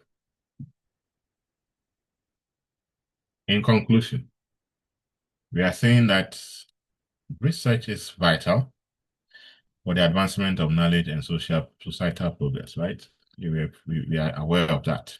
It's important we conduct research for a number of reasons, for different motivational reasons. We know them, right? So it's important for society to progress. And it's also a systematic and logical approach we have to use if you want to really have a credible research. And then for us to understand research methodology, it's essential for us to be able to solve problems, and then decision making is carefully done or efficient when we apply research methods, right? So we don't solve problems by just thinking out of blue. We solve the problems or make decisions based on an informed manner, based on research, which makes it critical. Okay. All right. So any questions for what we have done? Before who is new? Yeah, Prof. Yes. Yeah, please, when you were talking about the scope, you spoke about something like doing a research, then someone goes for Accra. Yeah. I wanted to ask that please should the scope be that broad, or should, when we are doing something like that, should we narrow the scope more? Yeah, it depends on your capacity. Like maybe It depends on your capacity. I mean, research comes in sizes. Somebody can decide that I'm doing research to cover the entire country. It depends on how your sampling is done, how your selection process is done. Because if it's the whole country, it has to be, is it representative at the regional level, or is it representative at the district level? So those are the sort of things that makes it generalizable, where you are able to say, I'm doing this work and it can cover the entire country. If you want to do Greater Accra, depends on what you are studying on. I mean, if it is maybe you take a bank like, say, EcoBank, and you are working with EcoBanks in Accra, right? You need to not go and then just pick Abeka EcoBank and go and pick Accra EcoBank and say you are doing Accra. You get my point. There's a whole lot of other branches in Accra. You need to carefully tell us, how did you select Abeka and how did you select the Accra branch? You understand? If it is scientific enough or you follow some procedures that are allowed, we are going to believe you that if you generalize for Accra, it makes sense. All right. And that means that if even you are using two branches and you randomly choose it among the entire branches in Accra, we will believe you, right? Because you have shown us the way you chose the Abeka branch and then the Accra branch. You get a point. So it's a matter of how you are doing the work and how you are able to generalize to cover where you want to cover. You get it. So somebody can choose Abeka and Accra and cannot generalize. But somebody can equally choose Abeka and Accra and generalize for Accra. All because of the process of how you chose it. You chose Abeka probably because you come to, you work at that place, or your house is closer to Abeka and Accra, so you chose Abeka and Accra. That is not representative. Because the reason for choosing those two areas is not systematic. It's not scientific, I should put it that way. It's not scientific, right? There's no random in there. There's no probability in there. You do not give all the branches in Accra equal chance of being part of your data. So the way you choose can justify how you generalize. Okay. Yeah, so the scope depends on what you are doing, your capacity to do it, the time that you have to do it. It doesn't really matter. If you say, I want to do the whole of Ghana, the way you do it can tell, okay, I'm choosing 100 people, right? How am I choosing these 100 people? I'm choosing these 100 people based on the population size of Ghana, right? And so if it is scientific enough that you can choose 100 people to cover the entire population of Ghana, and how you choose according to the regions or according to the districts, then you can generalize and say that I did this work to cover Ghana. So it's not saying that I'm doing it for Ghana and I'm doing 1 million people. No, it's not about the number of people you're doing. It matters though, but it's about how many you're choosing and based on what scientific facts or what sampling facts that you're using. You need to have some assumptions in place. Okay, we'll come to some of them very soon. So you say, I'm choosing 300 people. What is making you choose 300 people and not 500 people? Based on the population of Ghana, 37 or whatever million we have. You understand? Yeah, so the scientific nature of it is what is going to tell you how big you can generalize or how small you have to generalize. Yeah. I hope I made some sense. Yes, please. Okay. All right. Any other?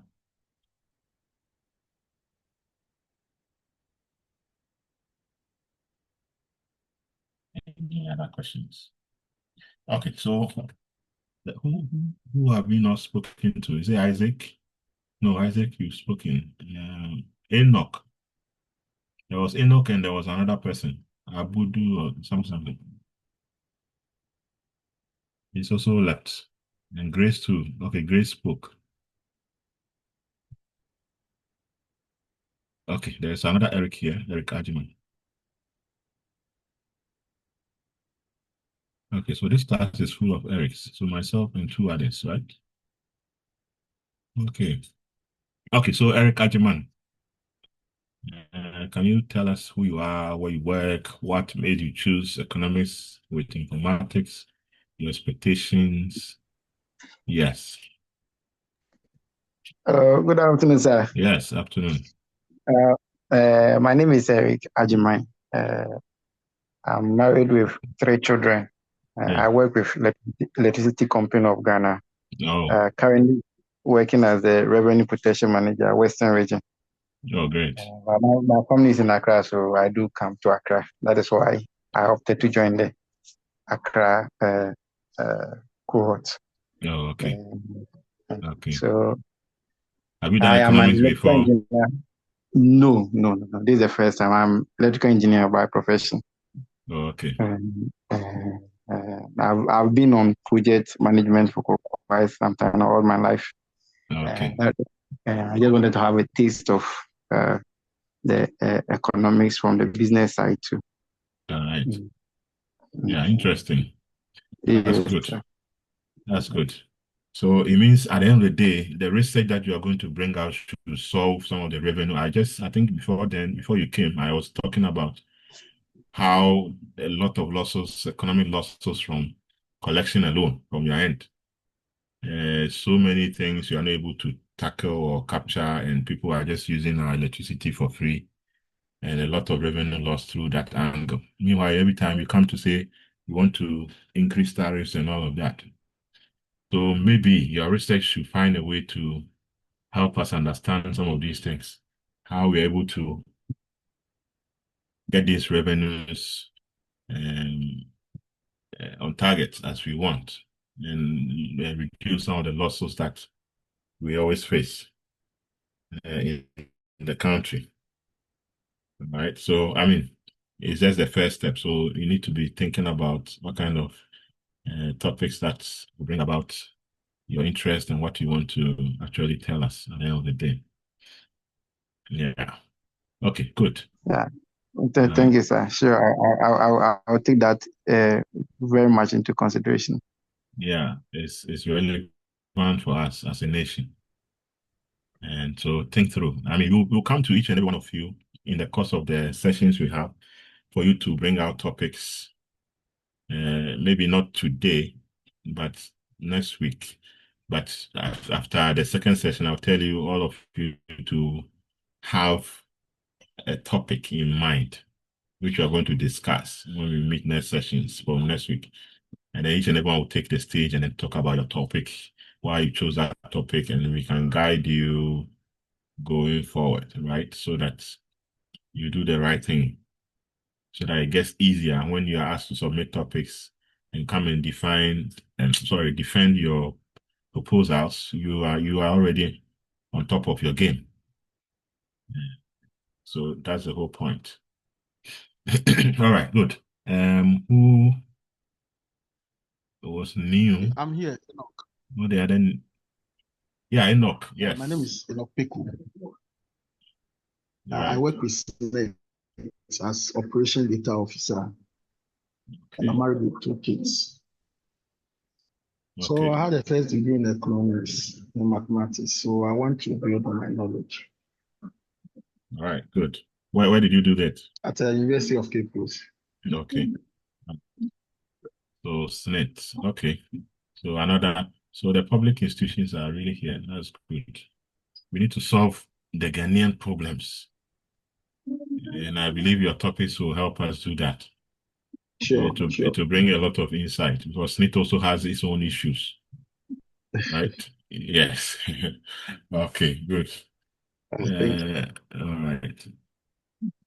So the other new person just vanished. Not here. Anyway, so let me ask this question. Have you all, because from first degree, I'm sure you have all done some research research work, right? So let me just take it one after the other. What have you done it? Yes. And what was your topic about during your first degree time?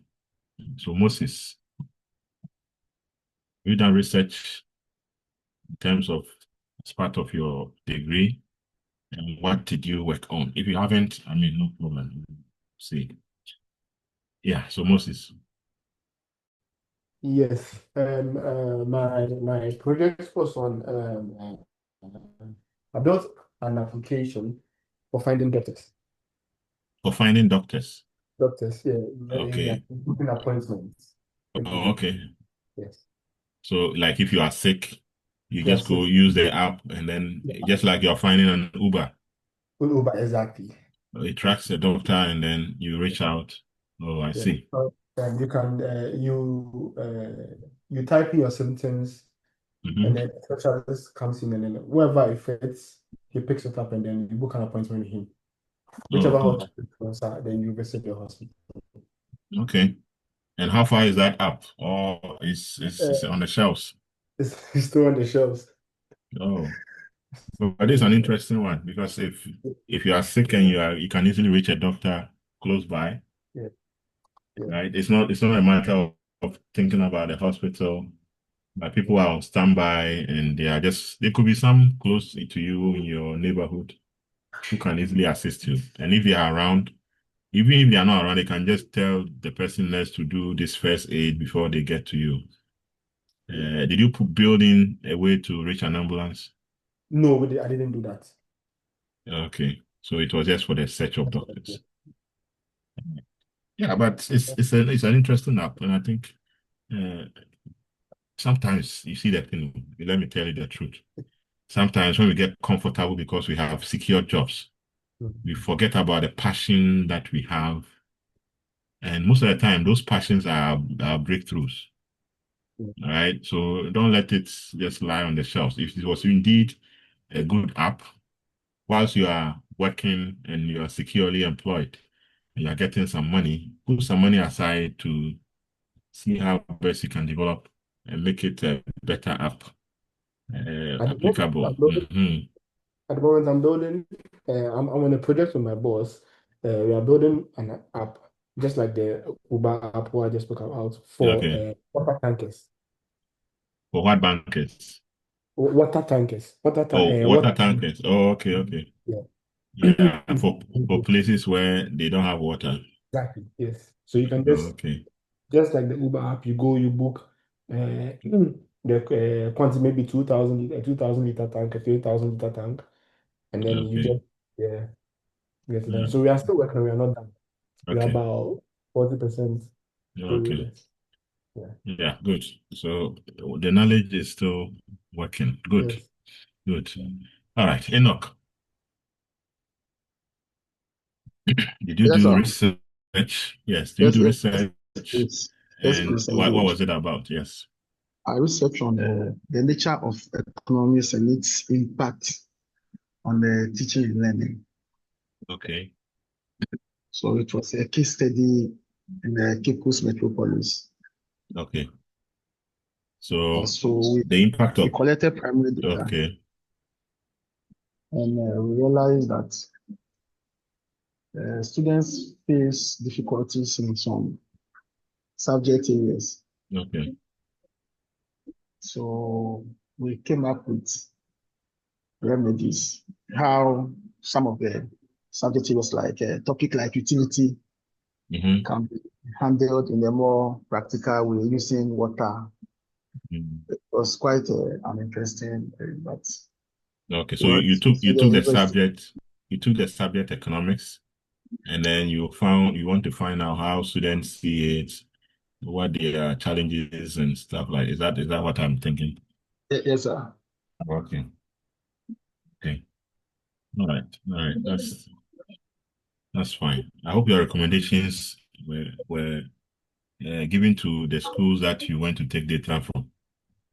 Yeah, we know the department promised to do that. So, we gave it to them. We should not follow that to check if we've done it. The economic teacher will tell you, my friend, take your research away. Okay, good. All right, Eric Ajiman. Hello, yes, I Yeah. think yeah, my research was on coverage and reliability analysis of uh, GPRS stroke CDMA networks. That was 2006, 2007. At the time we were still 2.5 G. We have not moved directly. We were now moving from GSM to the new networks.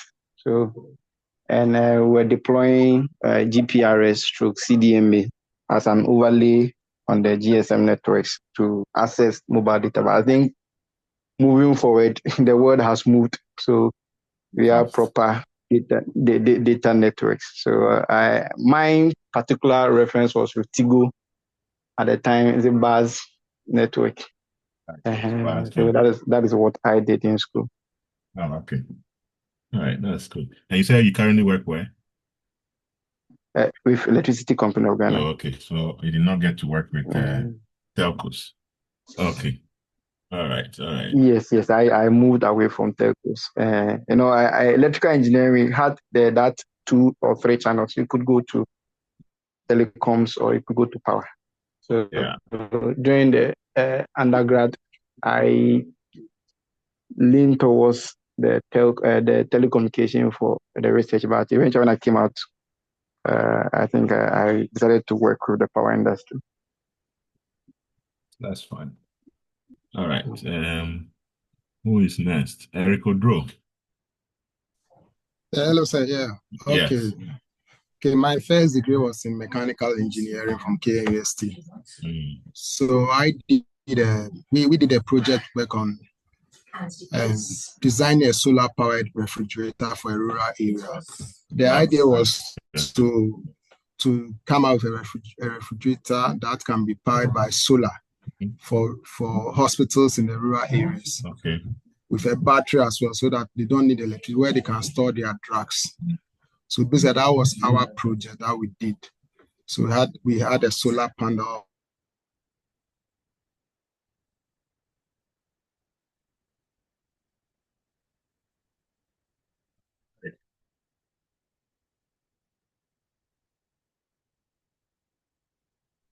Is he talking, or it's only me that cannot hear him?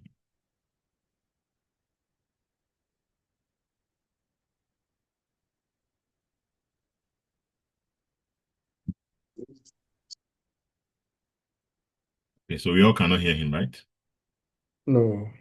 Okay, I think he went off a bit.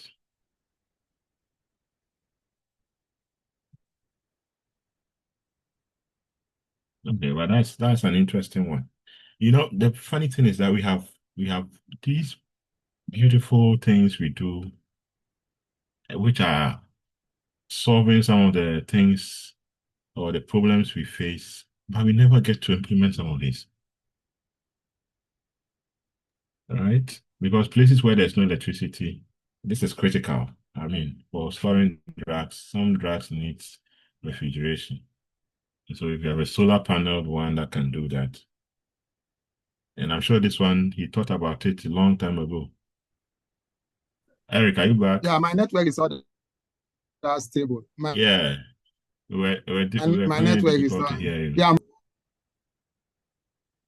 Yeah, so that's what my project was about in school. Good. And I was asking, how far did that research go, or it just stopped at the moment you completed school? Yes. So when we finished and presented, it was something that the university wanted to pilot that in the rural communities. And how did that go? I mean, our supervisor was the lead. He was sponsored by one of the donor agencies to actually look at that project. Oh, okay. So when it went on well, but I did not follow it up after I left, whether they were able to put up some of the solar panels and the refrigerators in it. And to offer that, in our case, the power we were using for our fridge was AC, but the idea was another project whereby the fridge would be run on DC, so that there's no need for an inverter to convert the solar power from AC, from the DC to AC, but right from DC to DC. So that was the second leg of the project, but actually I did not actually follow it up. Okay. All right, that's interesting. Who hasn't spoken? Isaac. Yeah. Yes. Yeah. So mine was on the time series analysis of temperature changes in Ghana. Okay. Yeah, so we were looking at the effect of temperature on our economy, and Okay. also we're also looking at when to grow certain crops and when not to grow certain crops. Mm. We also looked at the long-term effect. Okay. The long-term effect of growing those crops, what its effect on the economy of the country. So that was basically the whole. It was a data we collected from the meteorological service. That was where we took the data. It was actually a secondary data. Then we analyzed. So that was basically what the research was about. Okay. That's fine. Yeah. I mean, our farmers, well, they from experience, they know that, oh, we grew this and then it didn't work out. So they are using their experiences to tell. And once you have data to really analyze the effect of some of these on these crops that you selected, it makes informed decision going forward. All right. So time series analysis, that's fine. Who else? Nene. Yes, Doc. So I did determinants of cabbage production in Accra, a case study in Ablikuma South, around the Mamplobi, Kolebu area. So I did Okay. my analysis using the simple Cobb-Douglas production function. And Okay. out of the results, one of the determinants was finance and land. But with the land, one of my recommendations was that they should start doing more of urban farming because there's no land in Accra, but definitely farming this cabbage in sacks will, help reduce the amount of cabbage that has to be transported from these rural areas to what's the name, to Accra. And another source of water because the water the farmers were using was polluted, and some of them don't know how to, treat the vegetables before they get to the market. So these were some of the things that were found through the research. Interesting. I remember a colleague of mine did his PhD looking at urban agriculture or something like that. And some of the things where people, or in some countries, even their rooftops are turned into places where they can grow some of these cabbages and vegetables and green sort of agriculture. Right. It was an interesting project he did. Anyway, that's also very important. Anybody who has not spoken, those other people just come and go. Okay, so it's 3 o'clock. We will end the first session and then reconvene at 3:30 for the second leg. Okay, so go have some water to drink, some fruit juice or something to, and then come back refreshed. Then we continue at exactly 3:30. Okay.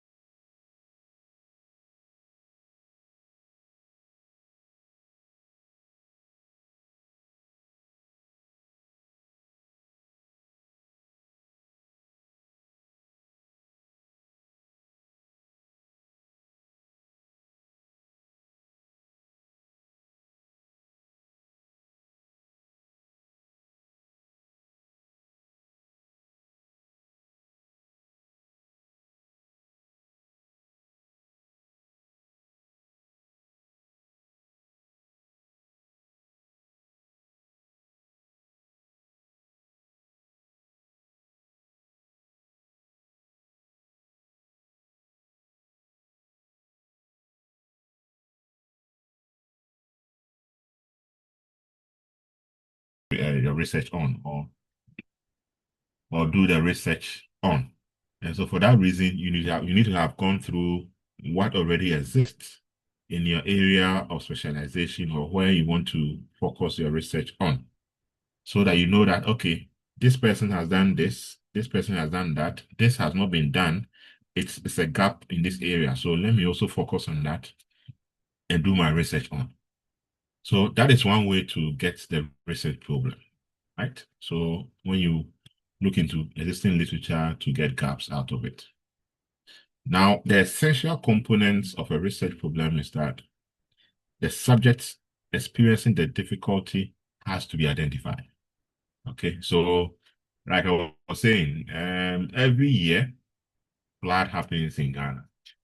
And who are these target groups? It's always the poor, it's always the marginalized, it's always people who are living in slums that are affected the most, and so on and so forth. So we need to sort of identify the subjects that are experiencing the difficulty, whether it's a person, a group, or an institution, right?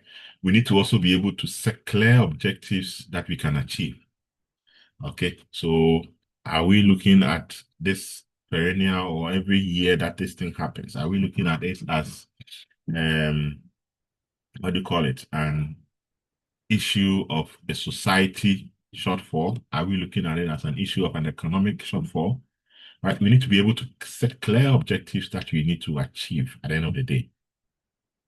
Okay, what are the possible course of actions and what are the uncertainty regarding the best path? Okay, so how can we best understand the situation that is happening? The best course of action to undertake is, do we sack all of these people who are in these slums out of the place? Do we arrange a better sort of accommodation for them somewhere? We move all of them so that that place, the waterways can be cleared, right? These days, I think recently we saw that around they call it, is it a lagoon, something, they were, um, what do you call it? Breaking down people's houses, people's story buildings, stuff like that, because they said they are built in the waterways and around places where they are not supposed to be built, right? This is an issue we have seen over and over and over again. What is in the minds of these people that actually built there? What were the processes they went through before they were given the chance to build there? If they were not given the chance, how on earth were they able to build that kind of? Did some people decide to give them some permit to build? Did some money pass through some people's hands for them to? So this is an issue, right? It's a problem. It's a societal problem. People are crying foul because their buildings have been broken down, their things have been taken out and thrown to somewhere. Why the whole situation? This is something somebody can research on. Okay. So what are the possible course of actions and what are the best paths that we have to go through? Is it an issue of, so it is something we can research on, right? An example here is that understanding why employee turnover is high in a company. Now, the problem here is that this is what you've observed, that a particular company, every year, people come, they go, people come, they go. And I have a company I work with, and on the side, I'm into car rental. So I deal in car security. It's companies, I work with some of them, right, to help me in one or two ways for my business. And what happens is that they always assign me to somebody who likes your personal, somebody who takes care of your account and stuff like that. And every year I get a new person. Why? Because every year that person has stopped working there and is moved on to some other place. And so I keep asking myself, what is the issue? That every year you sort of have a different person all over, but people leave. Two people, you hear that two people have left, three people have left, and you've recruited another. It's not like they are national service people. They are people that are permanently hired, right? So this is a problem probably I've observed. And so I might want to find out, understand why employee turnover is very high in this particular company. Okay, so the problem is, as I'm weaving it, right? I'm talking about, this is a security company. This is a company that gives one-on-one sort of thing to these people. And every year, this is what I'm seeing. I mean, you know how relationship is built. And if every day you are meeting a different person and you have to start all over telling the person about this and about this, it creates a whole lot and it's not so convenient for customers, right? So sometimes this is the problem I'm seeing, and I want to understand why this is the case. Is it the fact that probably the work environment is hostile? Is it probably because of the fact that the pay is not good enough? Is it because maybe there's no room for improvement at that workplace? Or what is going on? Right? Is it some sexual harassment thing going on? That's why how come these people are leaving? So a whole lot of things come to mind. And as a researcher, I go in there and I try to find out. Okay, so the problem is all that I'm weaving around right now. Okay, as to giving me the justification to go into that company to understand why this is the case, right? So it's not difficult. Sometimes we get so overwhelmed with trying to define the problem that is in our research topic, right? But if you sit carefully and analyze what you want to do, getting the problems out might not be that kind of difficult. Okay, let's look at selecting the research problem. How do we select the research problem? Okay, so selecting the research problem is critical, right? And it should be approached very thoughtfully. And what are the criteria that we might want to consider? One, is the work the interests or in the expertise of the researcher? So some of you, as I said, you just put it online or put it into AI and AI will generate a lot of topics. The question is, are you interested in even the area that you want to do the research in? Because sometimes if you're not interested in the work you're doing, it's a lot of work for you.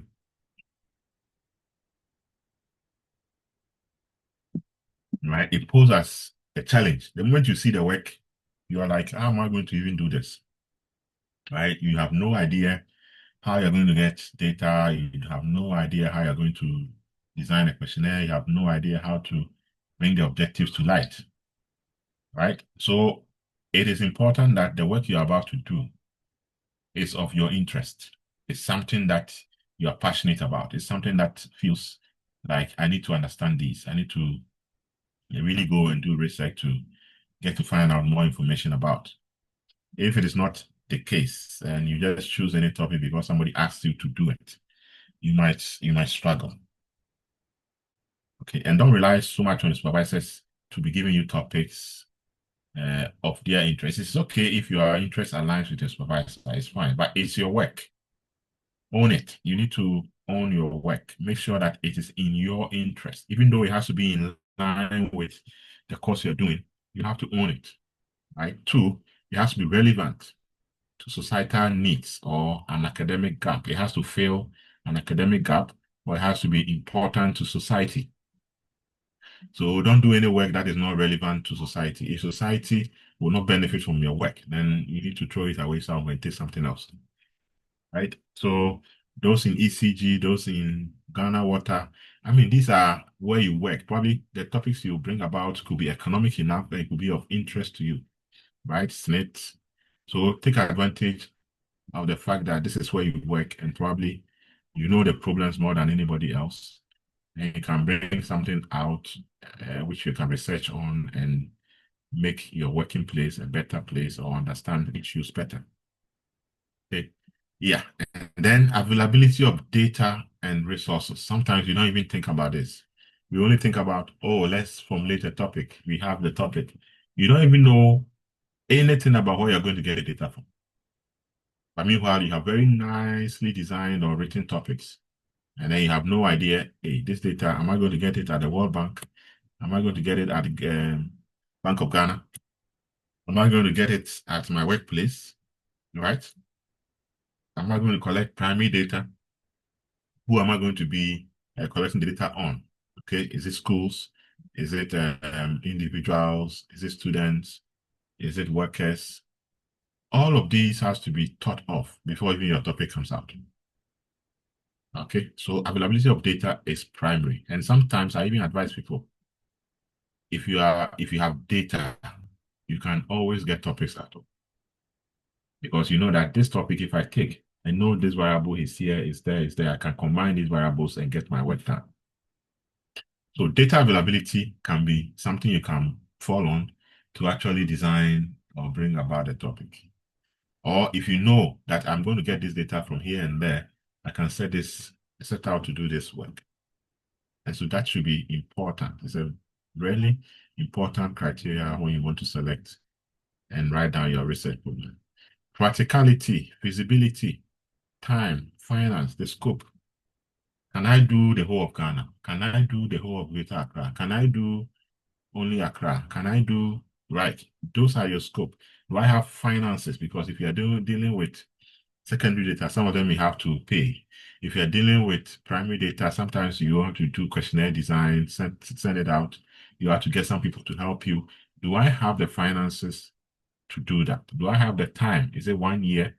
The coursework is, your whole thing is 1 year. Do I have the time it takes or it needs to be able to do the kind of scoping I'm thinking about? And does it contribute to new insight, right? Or does it have potential to contribute to new insight? These are critical criteria you need to look for. Now, these are some problems you need to avoid. One, that they are too vague or too broad. Some people, their topics, you can divide a topic into 10 different, right? That broad topic can be, you can write 10 different theses out of them because it's too broad. And you don't even have the capacity to do it. Meanwhile, you have made it your topic. Okay, so the advice would be make it as narrow as possible, direct as possible, straight to the point as possible, and you'll be fine. Okay, make sure that it doesn't lack significance, right? So make sure the work, you make sure it has some significance. Okay, avoid problems that are beyond the availability of resources and your skills. Some topics you cannot do. Meanwhile, you have made it your point, oh, because you don't have the skills. Okay. Oh, I want to do an analysis on poverty. Well, you can learn a thing or two and know how to do this composition or how to compute these poverty indexes here and there if you want to do it from scratch, right? You can learn, but do you have the time? Do you have the skills? Do you have the resources to do it? If not, stay away from it. Okay. Or devise a way or find data that has already, the poverty indicator has been designed for you. And then you can use it to do other things, right? So find a way that things are not beyond you. They don't go beyond your capabilities. Okay. Also avoid problems that have been already extensively studied without any new angle to it. Okay. If we take FDI, the effect of FDI on economic growth, I'm sure you are going to get 1 million people who have done work on FDI and economic growth. The relationship between FDI and economic growth in Ghana. So why waste your time go do the relationship between FDI and economic growth in Ghana? You are not going to find anything new again. So if there are no new angles to this, don't waste your time, right? Because then your work is not going to have significance. The moment you talk about a topic, everybody will say, about this topic, we already know what it is. So what is new and what you are trying to do? So avoid this sort of way when you are selecting your topics. Avoid selecting topics that have been done in every university in this country by thousands of people from the year 1960 all the way to now. Okay, so that is what makes your work stand out.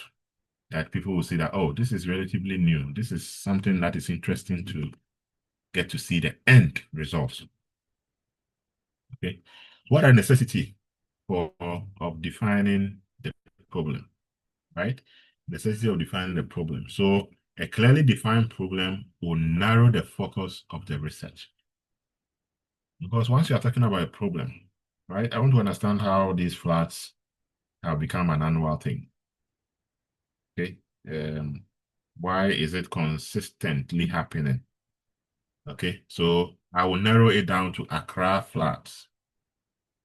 Okay, especially maybe the one that happens around Circle. So my focus is narrow now. I'm looking at people that experience flood in Circle area, right? And so as narrow as possible, I want to understand that.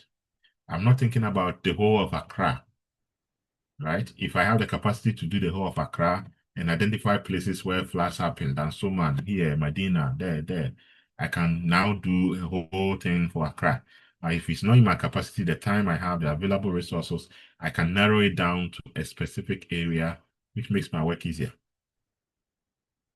Okay. I don't have to be thinking about flood. I don't have to be thinking about flood plus hunger plus food insecurity plus. I'm not putting all of these together as one big problem that I have to define, right? Rather, I'm just targeting the flood. That's just a specific problem. I'm narrowing it down to only the flood because those people, individuals over there, they have so many other things that affects them. So I don't want to encounter any challenges or looking at all their problems, but I'm just focusing on only one aspect. Right? That makes the definition quite easier to understand or to do. What are the benefits if you make this kind of narrow analysis focus on the research, right? It provides clear direction for data collection and analysis. So if I'm going in there, I know my questions have to be based on flooding, and I'm going to be asking other things, maybe the kind of structures they build, the number of people in their households, the kind of income, the amount, the kind of work they do, the incomes they get. If I want to link the flooding to maybe economic issues, right? I want to see what actually is making these people stay there continuously every time, even though every year it comes to flood their things. They buy new TVs every time, right? They buy new or they build their kiosks every time. Why are they not leaving? Okay. It prevents irrelevant effort and confusion. Once you're able to define your problem clearly, it prevents you from thinking, or the efforts to do A, B, C, D will just be narrowed down to only A and no confusion at all. It helps communicate the research purpose to others. So anybody that's reading your research problem understands why you're doing the research. Because they feel that, okay, this is the problem you have identified, and these are why you have set these objectives that you are clearly going to answer to. Right? You lay the groundwork for a hypothesis. Okay. You also help communicate the research purpose to others. I have said that. So laying the groundwork for a hypothesis, because if you don't understand the problem, how are you going to formulate the hypothesis? I think I gave an example that of a hypothesis where I say that about 90% of Ghanaian workers in the public sector, or generally Ghanaian workers, earn below 3,000 Ghana cedis. And this was some news article, right? And so it's something relevant. So, right, so before I get to define the problem, right, these are things, or I need to start off with maybe a number of people that are working in Ghana, employed in the public sector, private sector, and public-private sector, right? The end unemployment rate. I can talk about all of these as a background to the problem, right? I can even talk about the general consumption patterns of the country, where somebody might probably need about 5,000 to really live comfortably and all of that. But then I come to my problem and say that a lot of Ghanaians earn between so and so and so and so in Ghana, right? That's sort of a claim. And I'm going in there to actually ascertain whether it's so, yes, and then why it is so. Okay. Is it because the companies are not doing so well? Is it because the employers are not paying well because they are not expanding enough? I want to understand why the average is about 3,000 and not 5,000. Okay, because the standard of living or the cost of living is actually high in Ghana. So how can people really survive on just 3,000? Okay. I can probably even link it to the fact that people are not getting enough, and for that reason, that's how come everybody has a second job. That could be my research work, right? Why do people have multiple jobs in the country? Is it because of the main job not paying them quite enough? And that's how come everybody's doing something on the side, right? People are working and they take plantain chips to work to sell along with other things in the workplace. Why are they doing that? They are doing that because probably their incomes are not enough. Okay. So there are a lot of or a varied range of issues we can have a look at and want to understand, or have a look at and want to find what are the determinants of A, B, C, D, or want to find what are the causes of A, B, C, D. We can do a whole lot of things, but your ability to clearly define your problem is very important. Okay. Now let's look at the techniques that you can adopt when you want to define the research problem.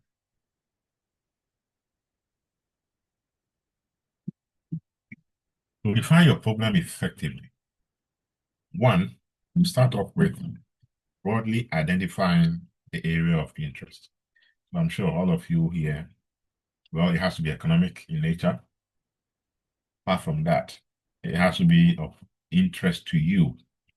Okay, so those things maybe, oh, the area of interest to me has to be on pensions. The areas of interest to me has to be on investment, pension funds, right? So if that is the area of interest to you, then you are broadly looking at it. Okay, then if you go down to the next stage, it says break down the broad area into specific aspects.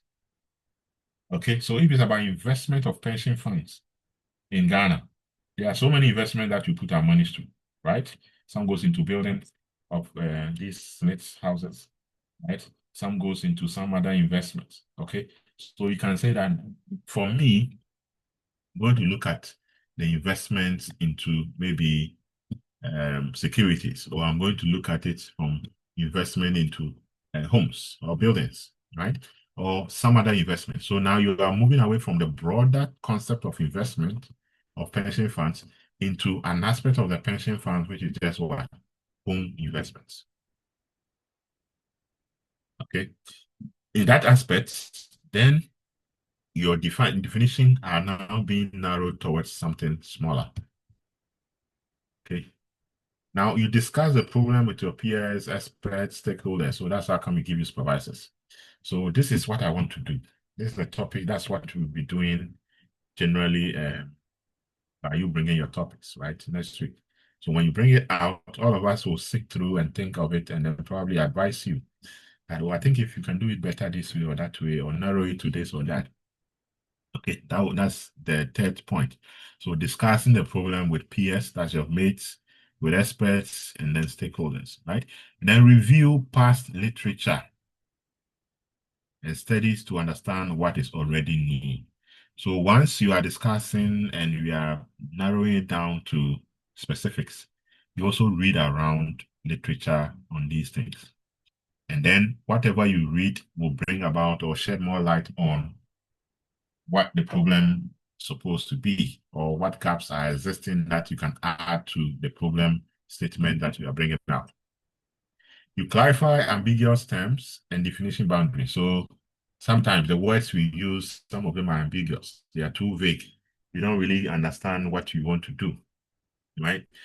So you need to clarify all the terms in there, all the definitions, and then make sure that we understand it clearly. Okay, and then you reformulate the problem in specific, measurable, and achievable items or terms.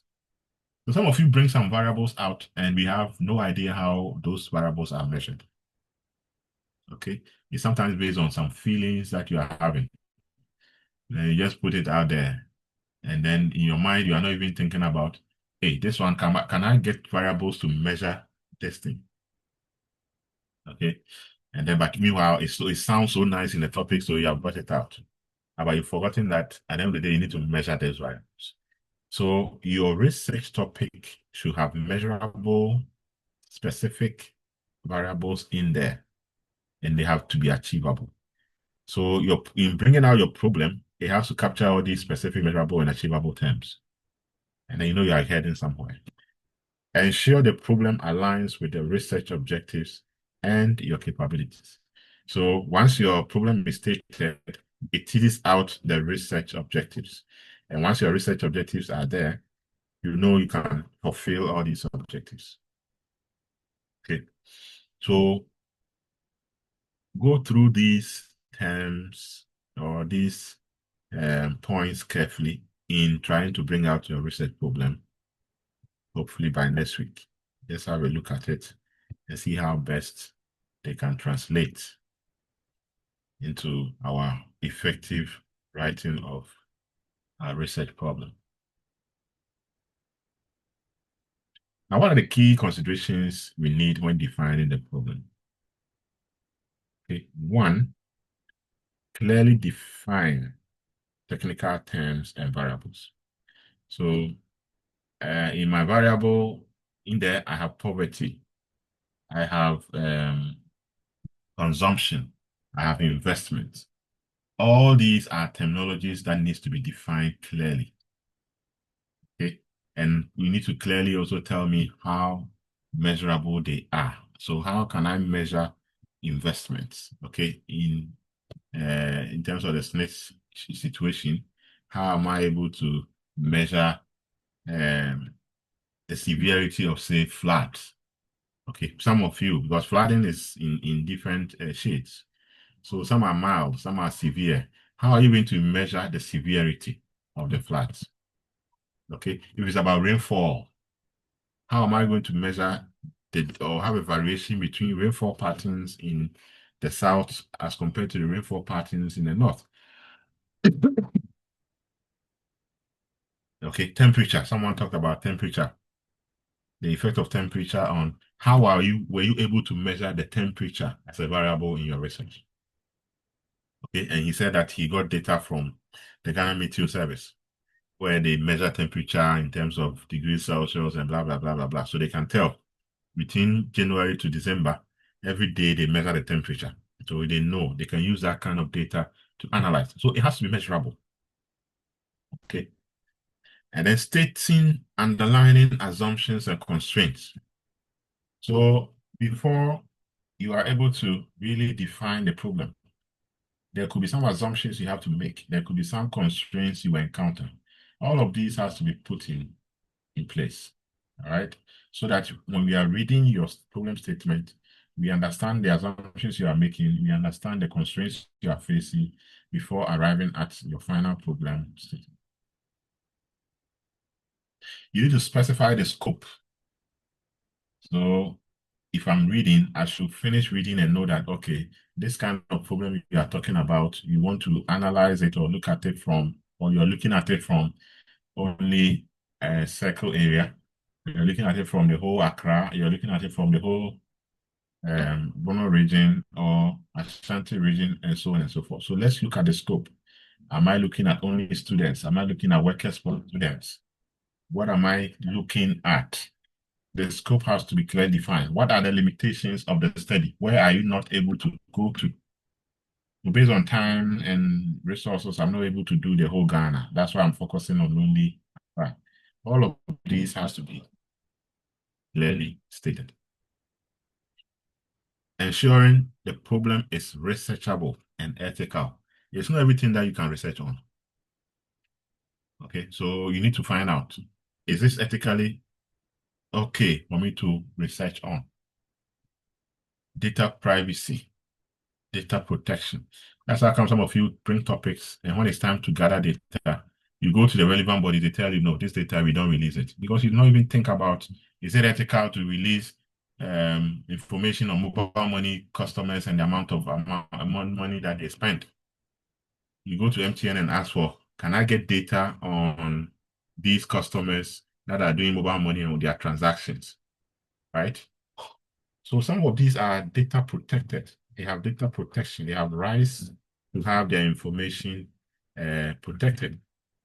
So you don't bring out the topic and not have justification to get the data available. Okay, so ethically, you need to be looking at all of these. And you should understand if it's researchable, right?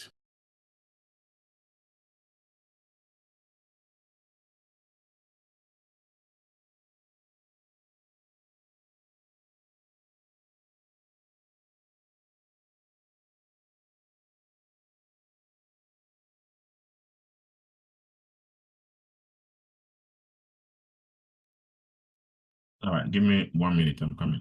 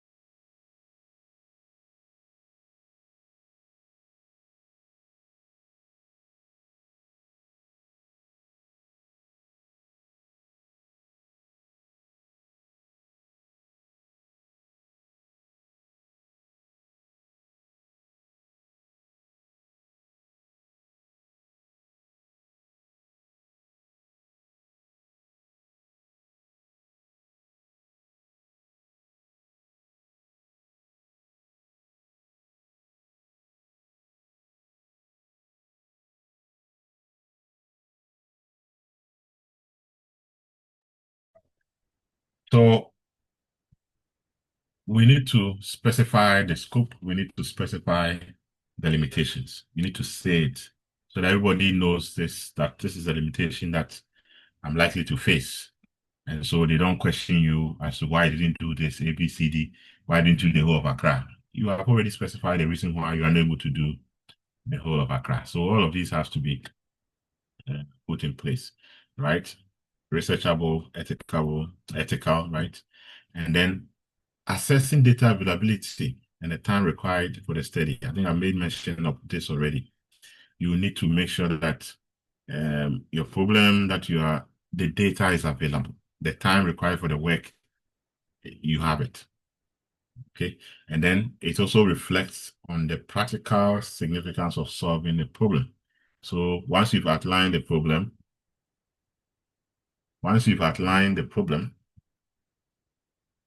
there are going to be some significance or some practical solutions that will come out of this whole problem statement that you are bringing out.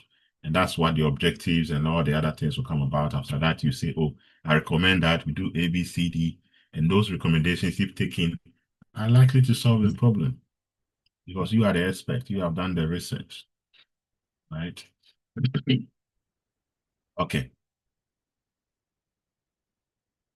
Now let's look at an example in this case. So we want to define a research problem. And so we look at the progression of how we get to the end of the day. So one, what is the initial problem? Okay, this is an example. So why is Japan's industrial productivity higher than India? Right? So you have read the literature, you have seen that Japan's industrial productivity is way higher than India's industrial productivity. Okay, so from your literature review, this is what you have seen. Now you need to narrow down the problem. So you narrow the problem, and what do you need to ask? You are saying that what factors contributed to Japan's higher productivity in the manufacturing? So this time around, you are not even thinking about the whole of Japan in terms of all its sectors. You are now narrowing it down to what? The manufacturing industries. And again, you are even narrowing it further to 1971 all the way to 1980. You are comparing that to India in the same time frame in this particular sector. Okay, so the initial problem is broader, it's big. Now you narrow it down to certain sectors. You're also interested in a particular time frame. Okay. Now you operationalize the problem.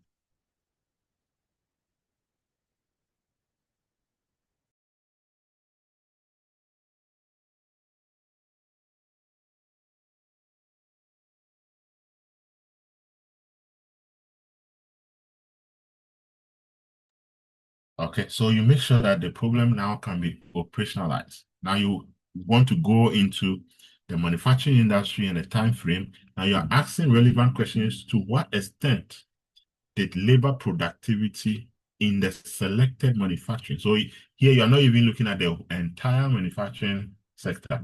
You are bringing it down to selected manufacturing industries in Japan.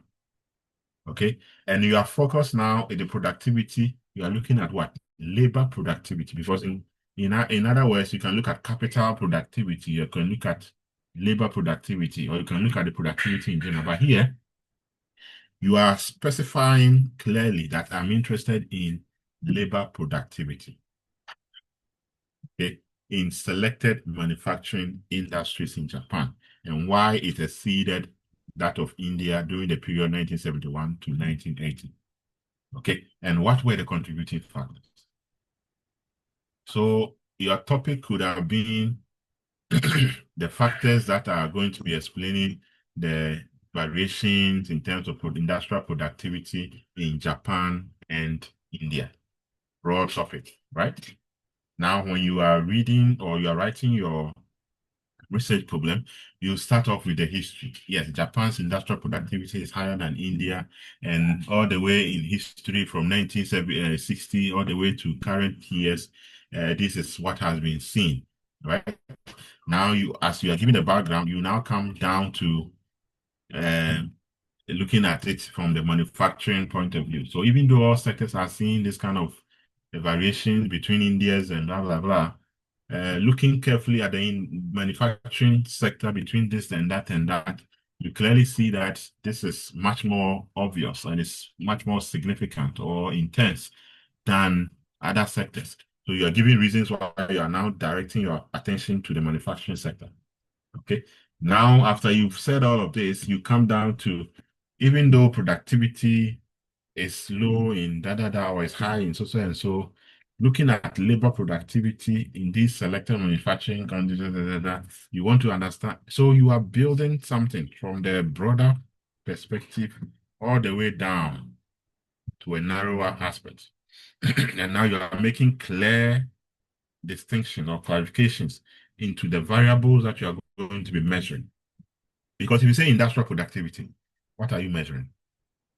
Higher than India's industrial productivity, what are you measuring, right?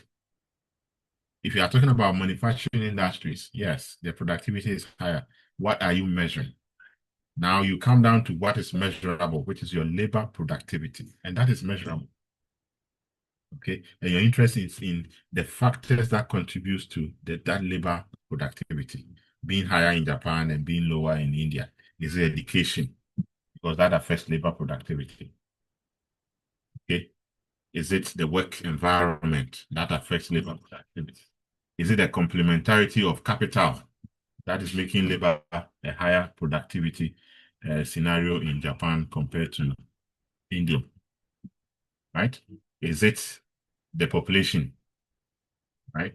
So you tease out all of these from existing literature that you have read to see that they are the ones that are contributing to labor productivity being high in one area as opposed to the other. Okay, so these are the sort of reasoning that or the sort of progression that you need to have. When you have your topic, start thinking about the broader way, start thinking about the narrow way, and you start thinking about how do I operationalize it, thinking about the various kind of variables that can be measured. And you define them so clearly that nobody gets confused. Nobody's going to ask you about what about the service sector or what about the agri sector? No, because you have already specified that it is manufacturing industries. And even in there, why are you focusing on the pharmaceuticals? Why are you focusing on food industries? Okay, you need to give some good justification for that. You probably are thinking about food insecurities, right? And the reason why you are focusing on the food industry and not any other pharmaceutical. Or if it's about health, then you want to probably go into the health industry, right? So these are some of the things you need to be looking out or thinking about in trying to bring out your topic. Okay, who can think about a general question that can be rephrased into a precise research problem, right? It could be something that you have thought about whilst I'm speaking. Something might have crossed your mind that, okay, maybe I can do work on this. And this is broadly the general question, but I can bring it down precisely to some form of a research problem. Anybody to attempt?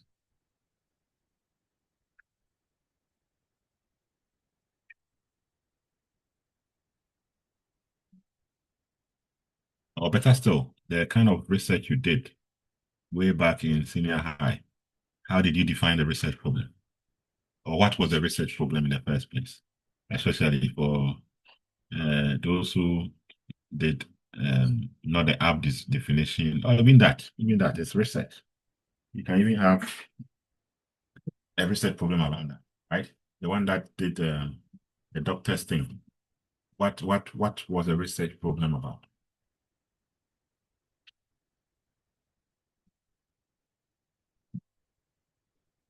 Yeah, who was the one that did the doctor's app, the app for doctors? Or the one that did the engineering fridge that uses solar? Yeah, what was the research problem? Why did you go into that in the first place? Why do you feel that that was a researchable topic?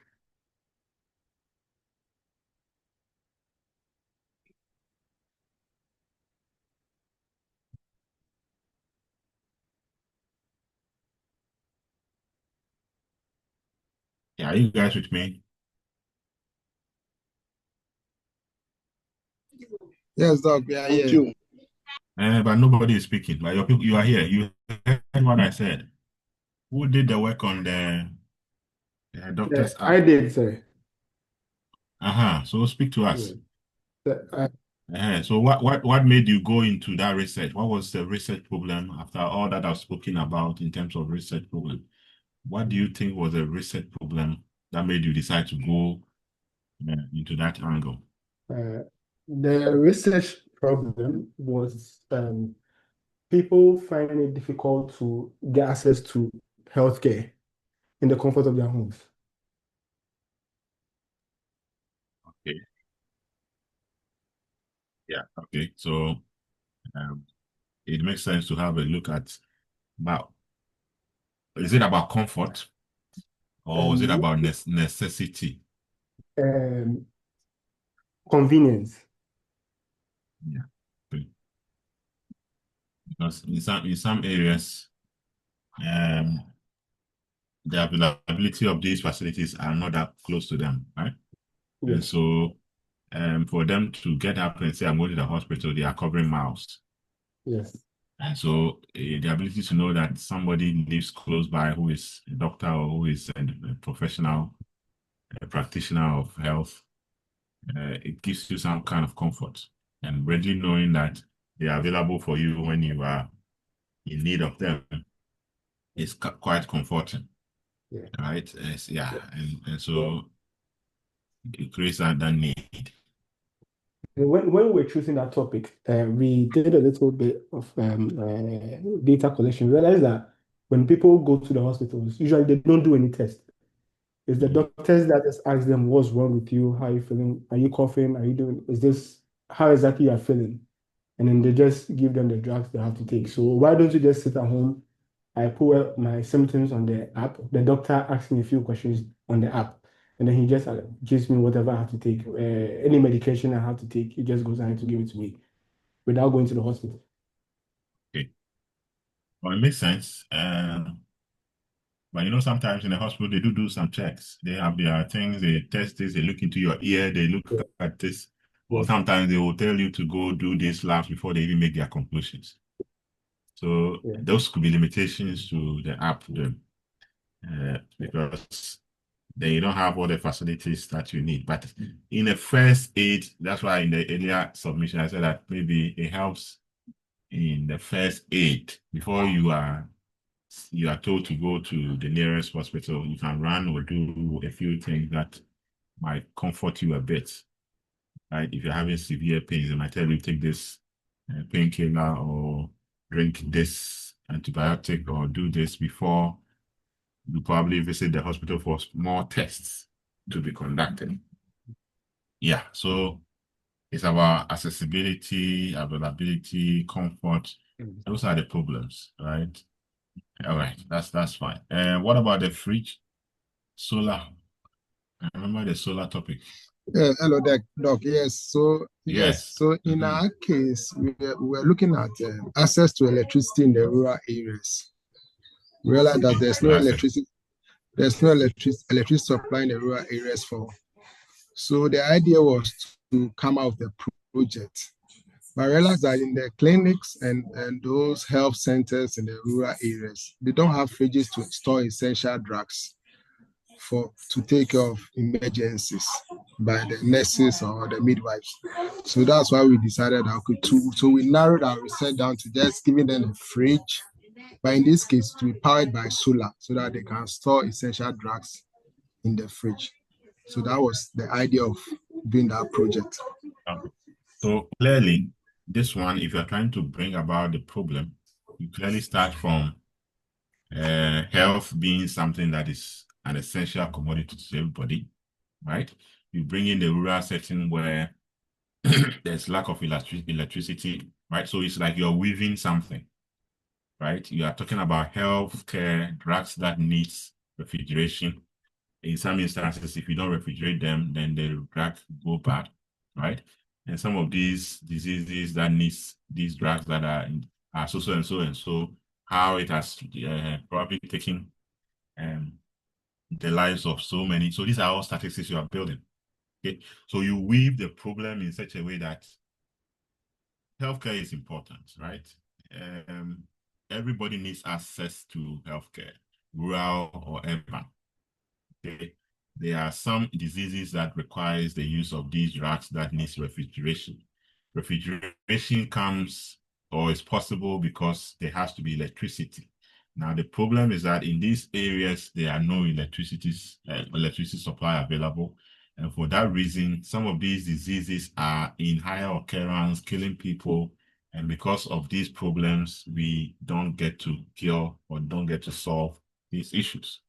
For that reason, you want to go into doing this kind of research where you are able to provide item A, B, and C, where some of these refrigeration, you want to find out by providing these things, how it's going to reduce these disease burdens or have the ability to cure, because something is being done to help in the solution. You understand?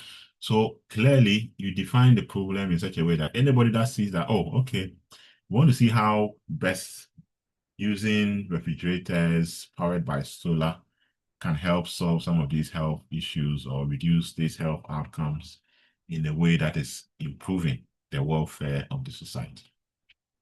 And nobody's going to question you if you want to do a project like this. You understand? So you build your problems right, and your objectives for the work that you are doing is justifiable already. Okay. What other topic did I hear?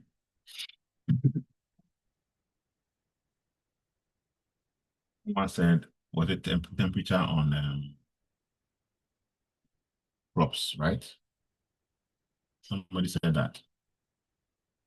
Who gave us the temperature, effect of temperature on crops? Yeah, Was it Isaac? yes, I do. Okay, so tease out for us your research problem. How did you get to make the research problem stand out in terms of this temperature link with the crops we grow? Okay, so we wanted to look at when to grow what crop, so that it's not as if at any point in time you can grow any type of crop, but to know when is the rain season, when is the drought season, and even if in Ghana, sometimes the rainy season is really not the rainy season. So, what are some of the crops, alternative crops that you can grow maybe during in these seasons? So, those were some of the things we're looking at, and it's economic implication for the country as a whole. So that was the what we were looking at. So in effect, if you are weaving this problem statement, you can be talking about the high temperature that exists in the country. You can be talking about the kind of crops you grow up north, how it's helping in terms of food security and all of that. You can then talk about how some of these crops are grown but never sees the light of day. You can talk about some of the things that are needed for these crops to grow. Okay, so you build it around the problem that these crops, some of them are being scorched down so that they don't come out successful because of the high temperatures and all of that. And so you as a researcher wants to go into finding out the kind of crops that are grown and the kind of crops that are doing well or can do well because of those high temperatures and all of that. So you go in as a researcher to provide some kind of solutions so that farmers at the end of the day can know that we don't have to grow this crop because it is because of the high temperatures that this crop will not grow well. And so it's better you select these crops A, B, C, D in the rainy season and grow these crops B, C, D, E, F in the dry seasons because they are sort of drought resistant. Okay, so you try to make your problem statement a very nice story so that we identify with you the problems you are seeing and what is making you go to do the research. That's the whole point of you defining your research problem. Okay, so learn how to write a very nice research problem and bring the problem out based on the story that you start. So start broadly and narrow it down. Okay, start hinting us with the goods, the bads, the ugly, and then hint us or bring us to specifics why this is a real issue that you need to talk about or research about. Okay, good.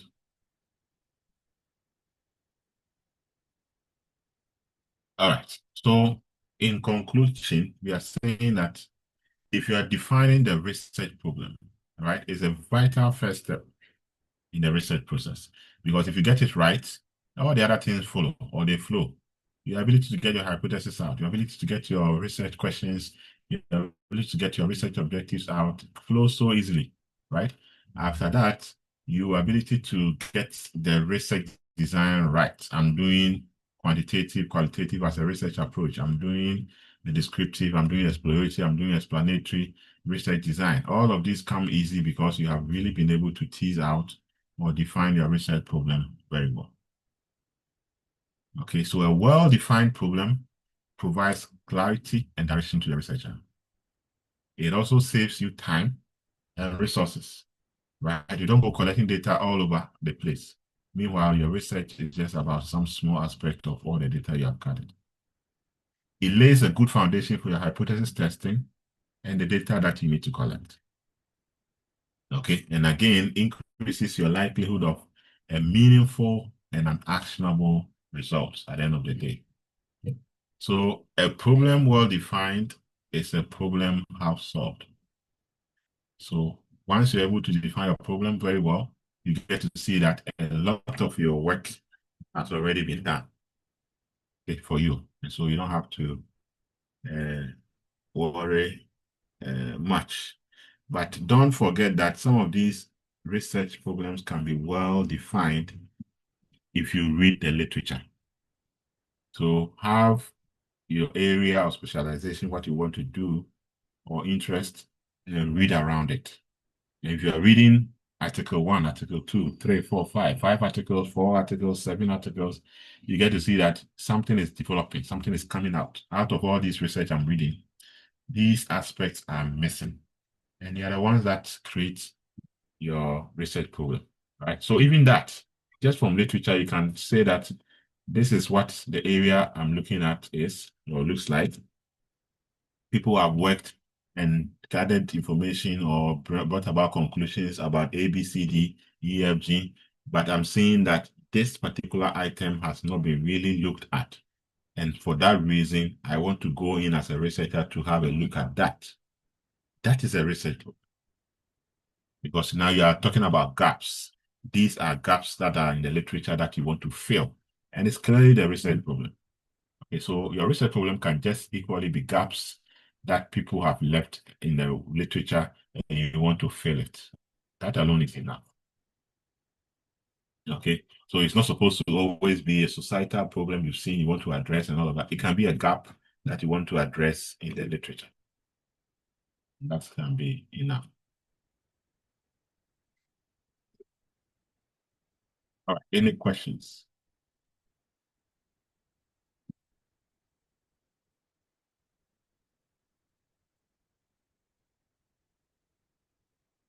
Any questions? Now, once you're doing distance education, your data has to be working. All right, your internet has to be working because it's distance. And so if you keep on going and coming with a very unstable network, you lose out on a lot of things. So if you are using, I bundle one CD and it finishes and I have to bundle again, you need to probably change your strategy. Anytime it's weekend, you need to bundle 20 CDs so that you know that you are covered for the entire weekend. You know, that you stay on every time and don't go on and off because it affects you. You don't get the full gist of whatever we are doing here. Okay.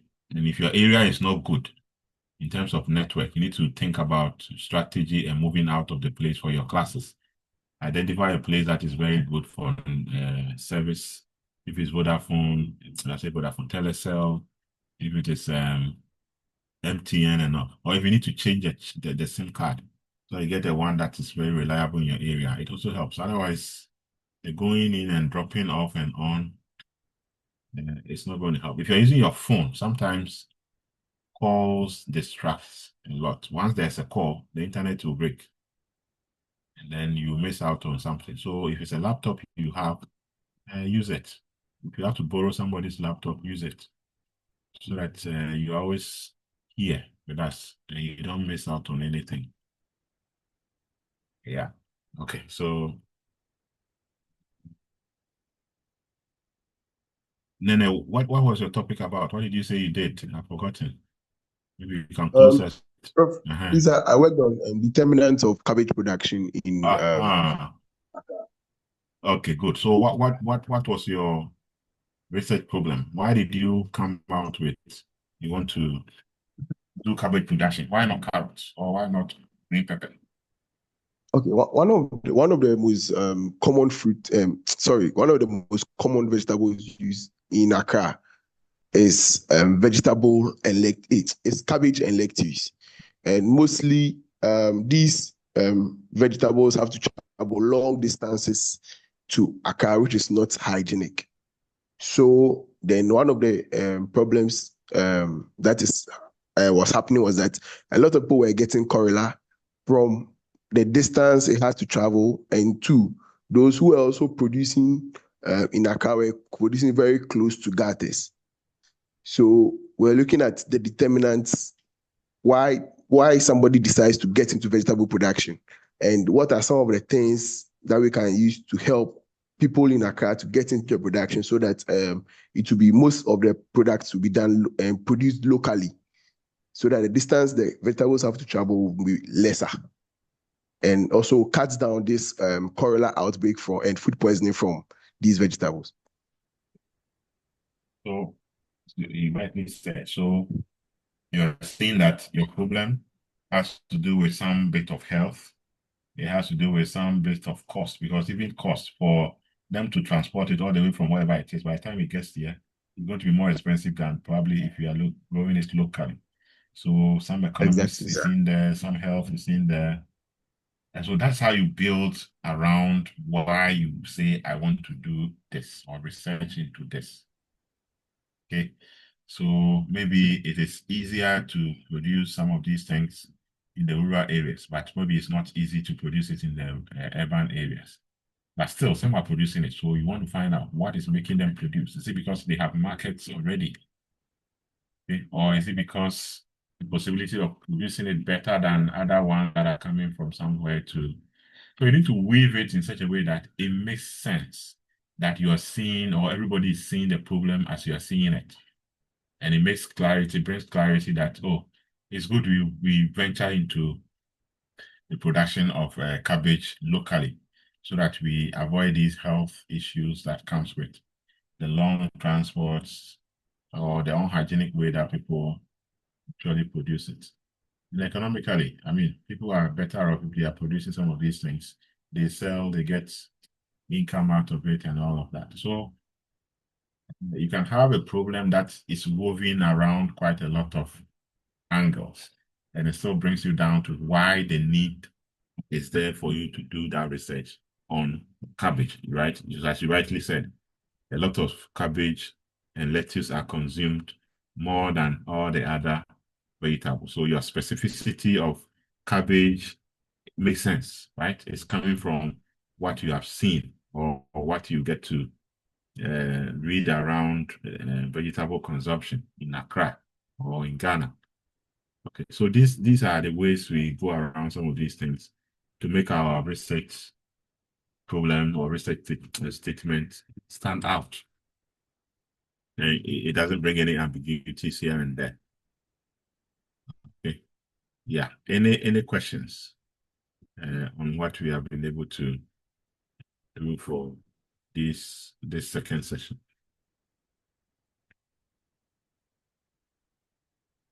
Okay, so I'll leave you with the rest of the time.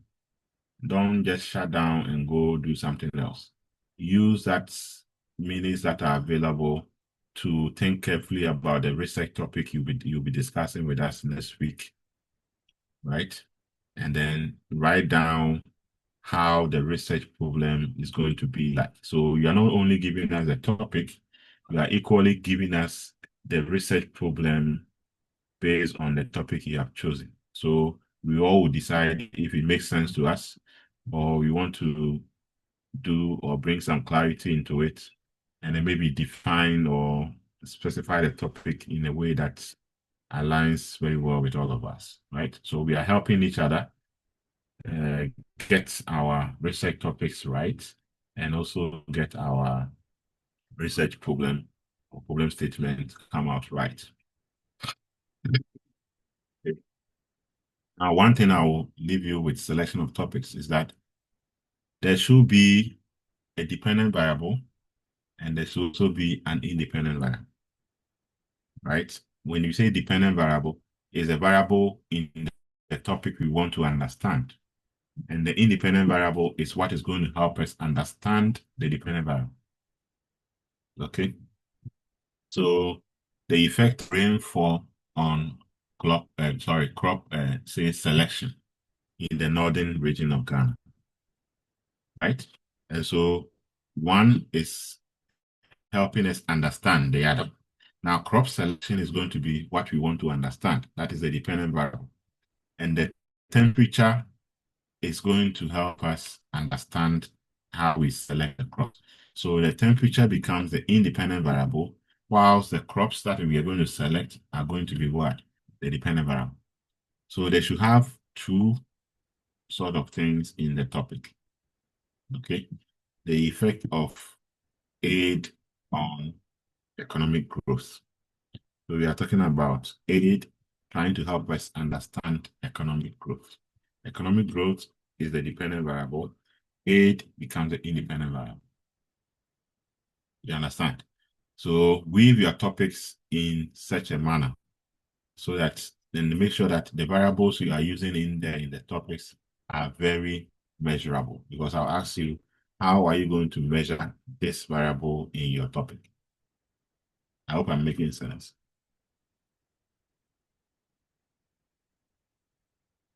Good. All right, so I'll leave you here to the activity I've given you. So you have about 45 minutes to put that together. So that next week when we meet, we have a very fruitful discussion before we handle the next topic, which is going to be on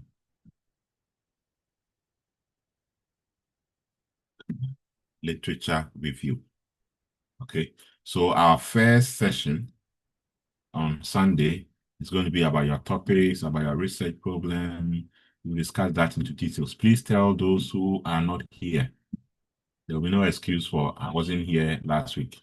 So put it on your platform or your group and tell them that this is your activity that you have to embark on. So our first 2 hours, we focus on that. Okay, maybe not the 2 hours. Some part of it between 30 to 45 minutes, we might use to discuss some of these things. And then we look at lecture 4 and then lecture 5 as well. So we'll be looking at research methods, research literature review, right, in research methods. And then we'll look at the research design and sampling, okay, in the last session. So that's what is expected of us next week. All right, I wish you well, and then I'll see you, God willing, same time next week.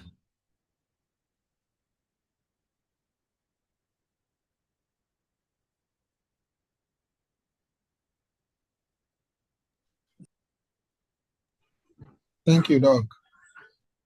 All right, you're welcome. Thank you, sir.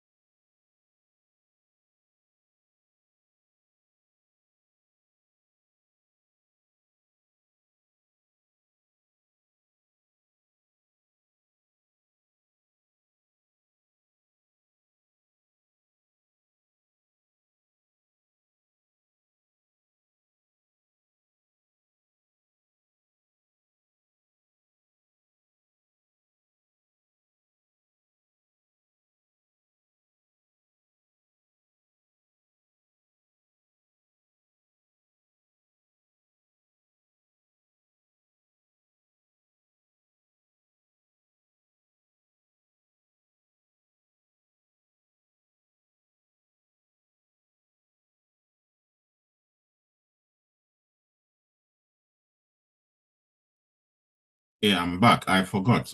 Tell Grace, is it Grace, your class rep? Tell Yes, her to get in touch. Yes, tell her to get in touch with me so I can send the slides to her so all of you can get it. okay, sir. Right, as soon as possible. Yeah, because today she has not been here. Okay, sir. All right. Okay.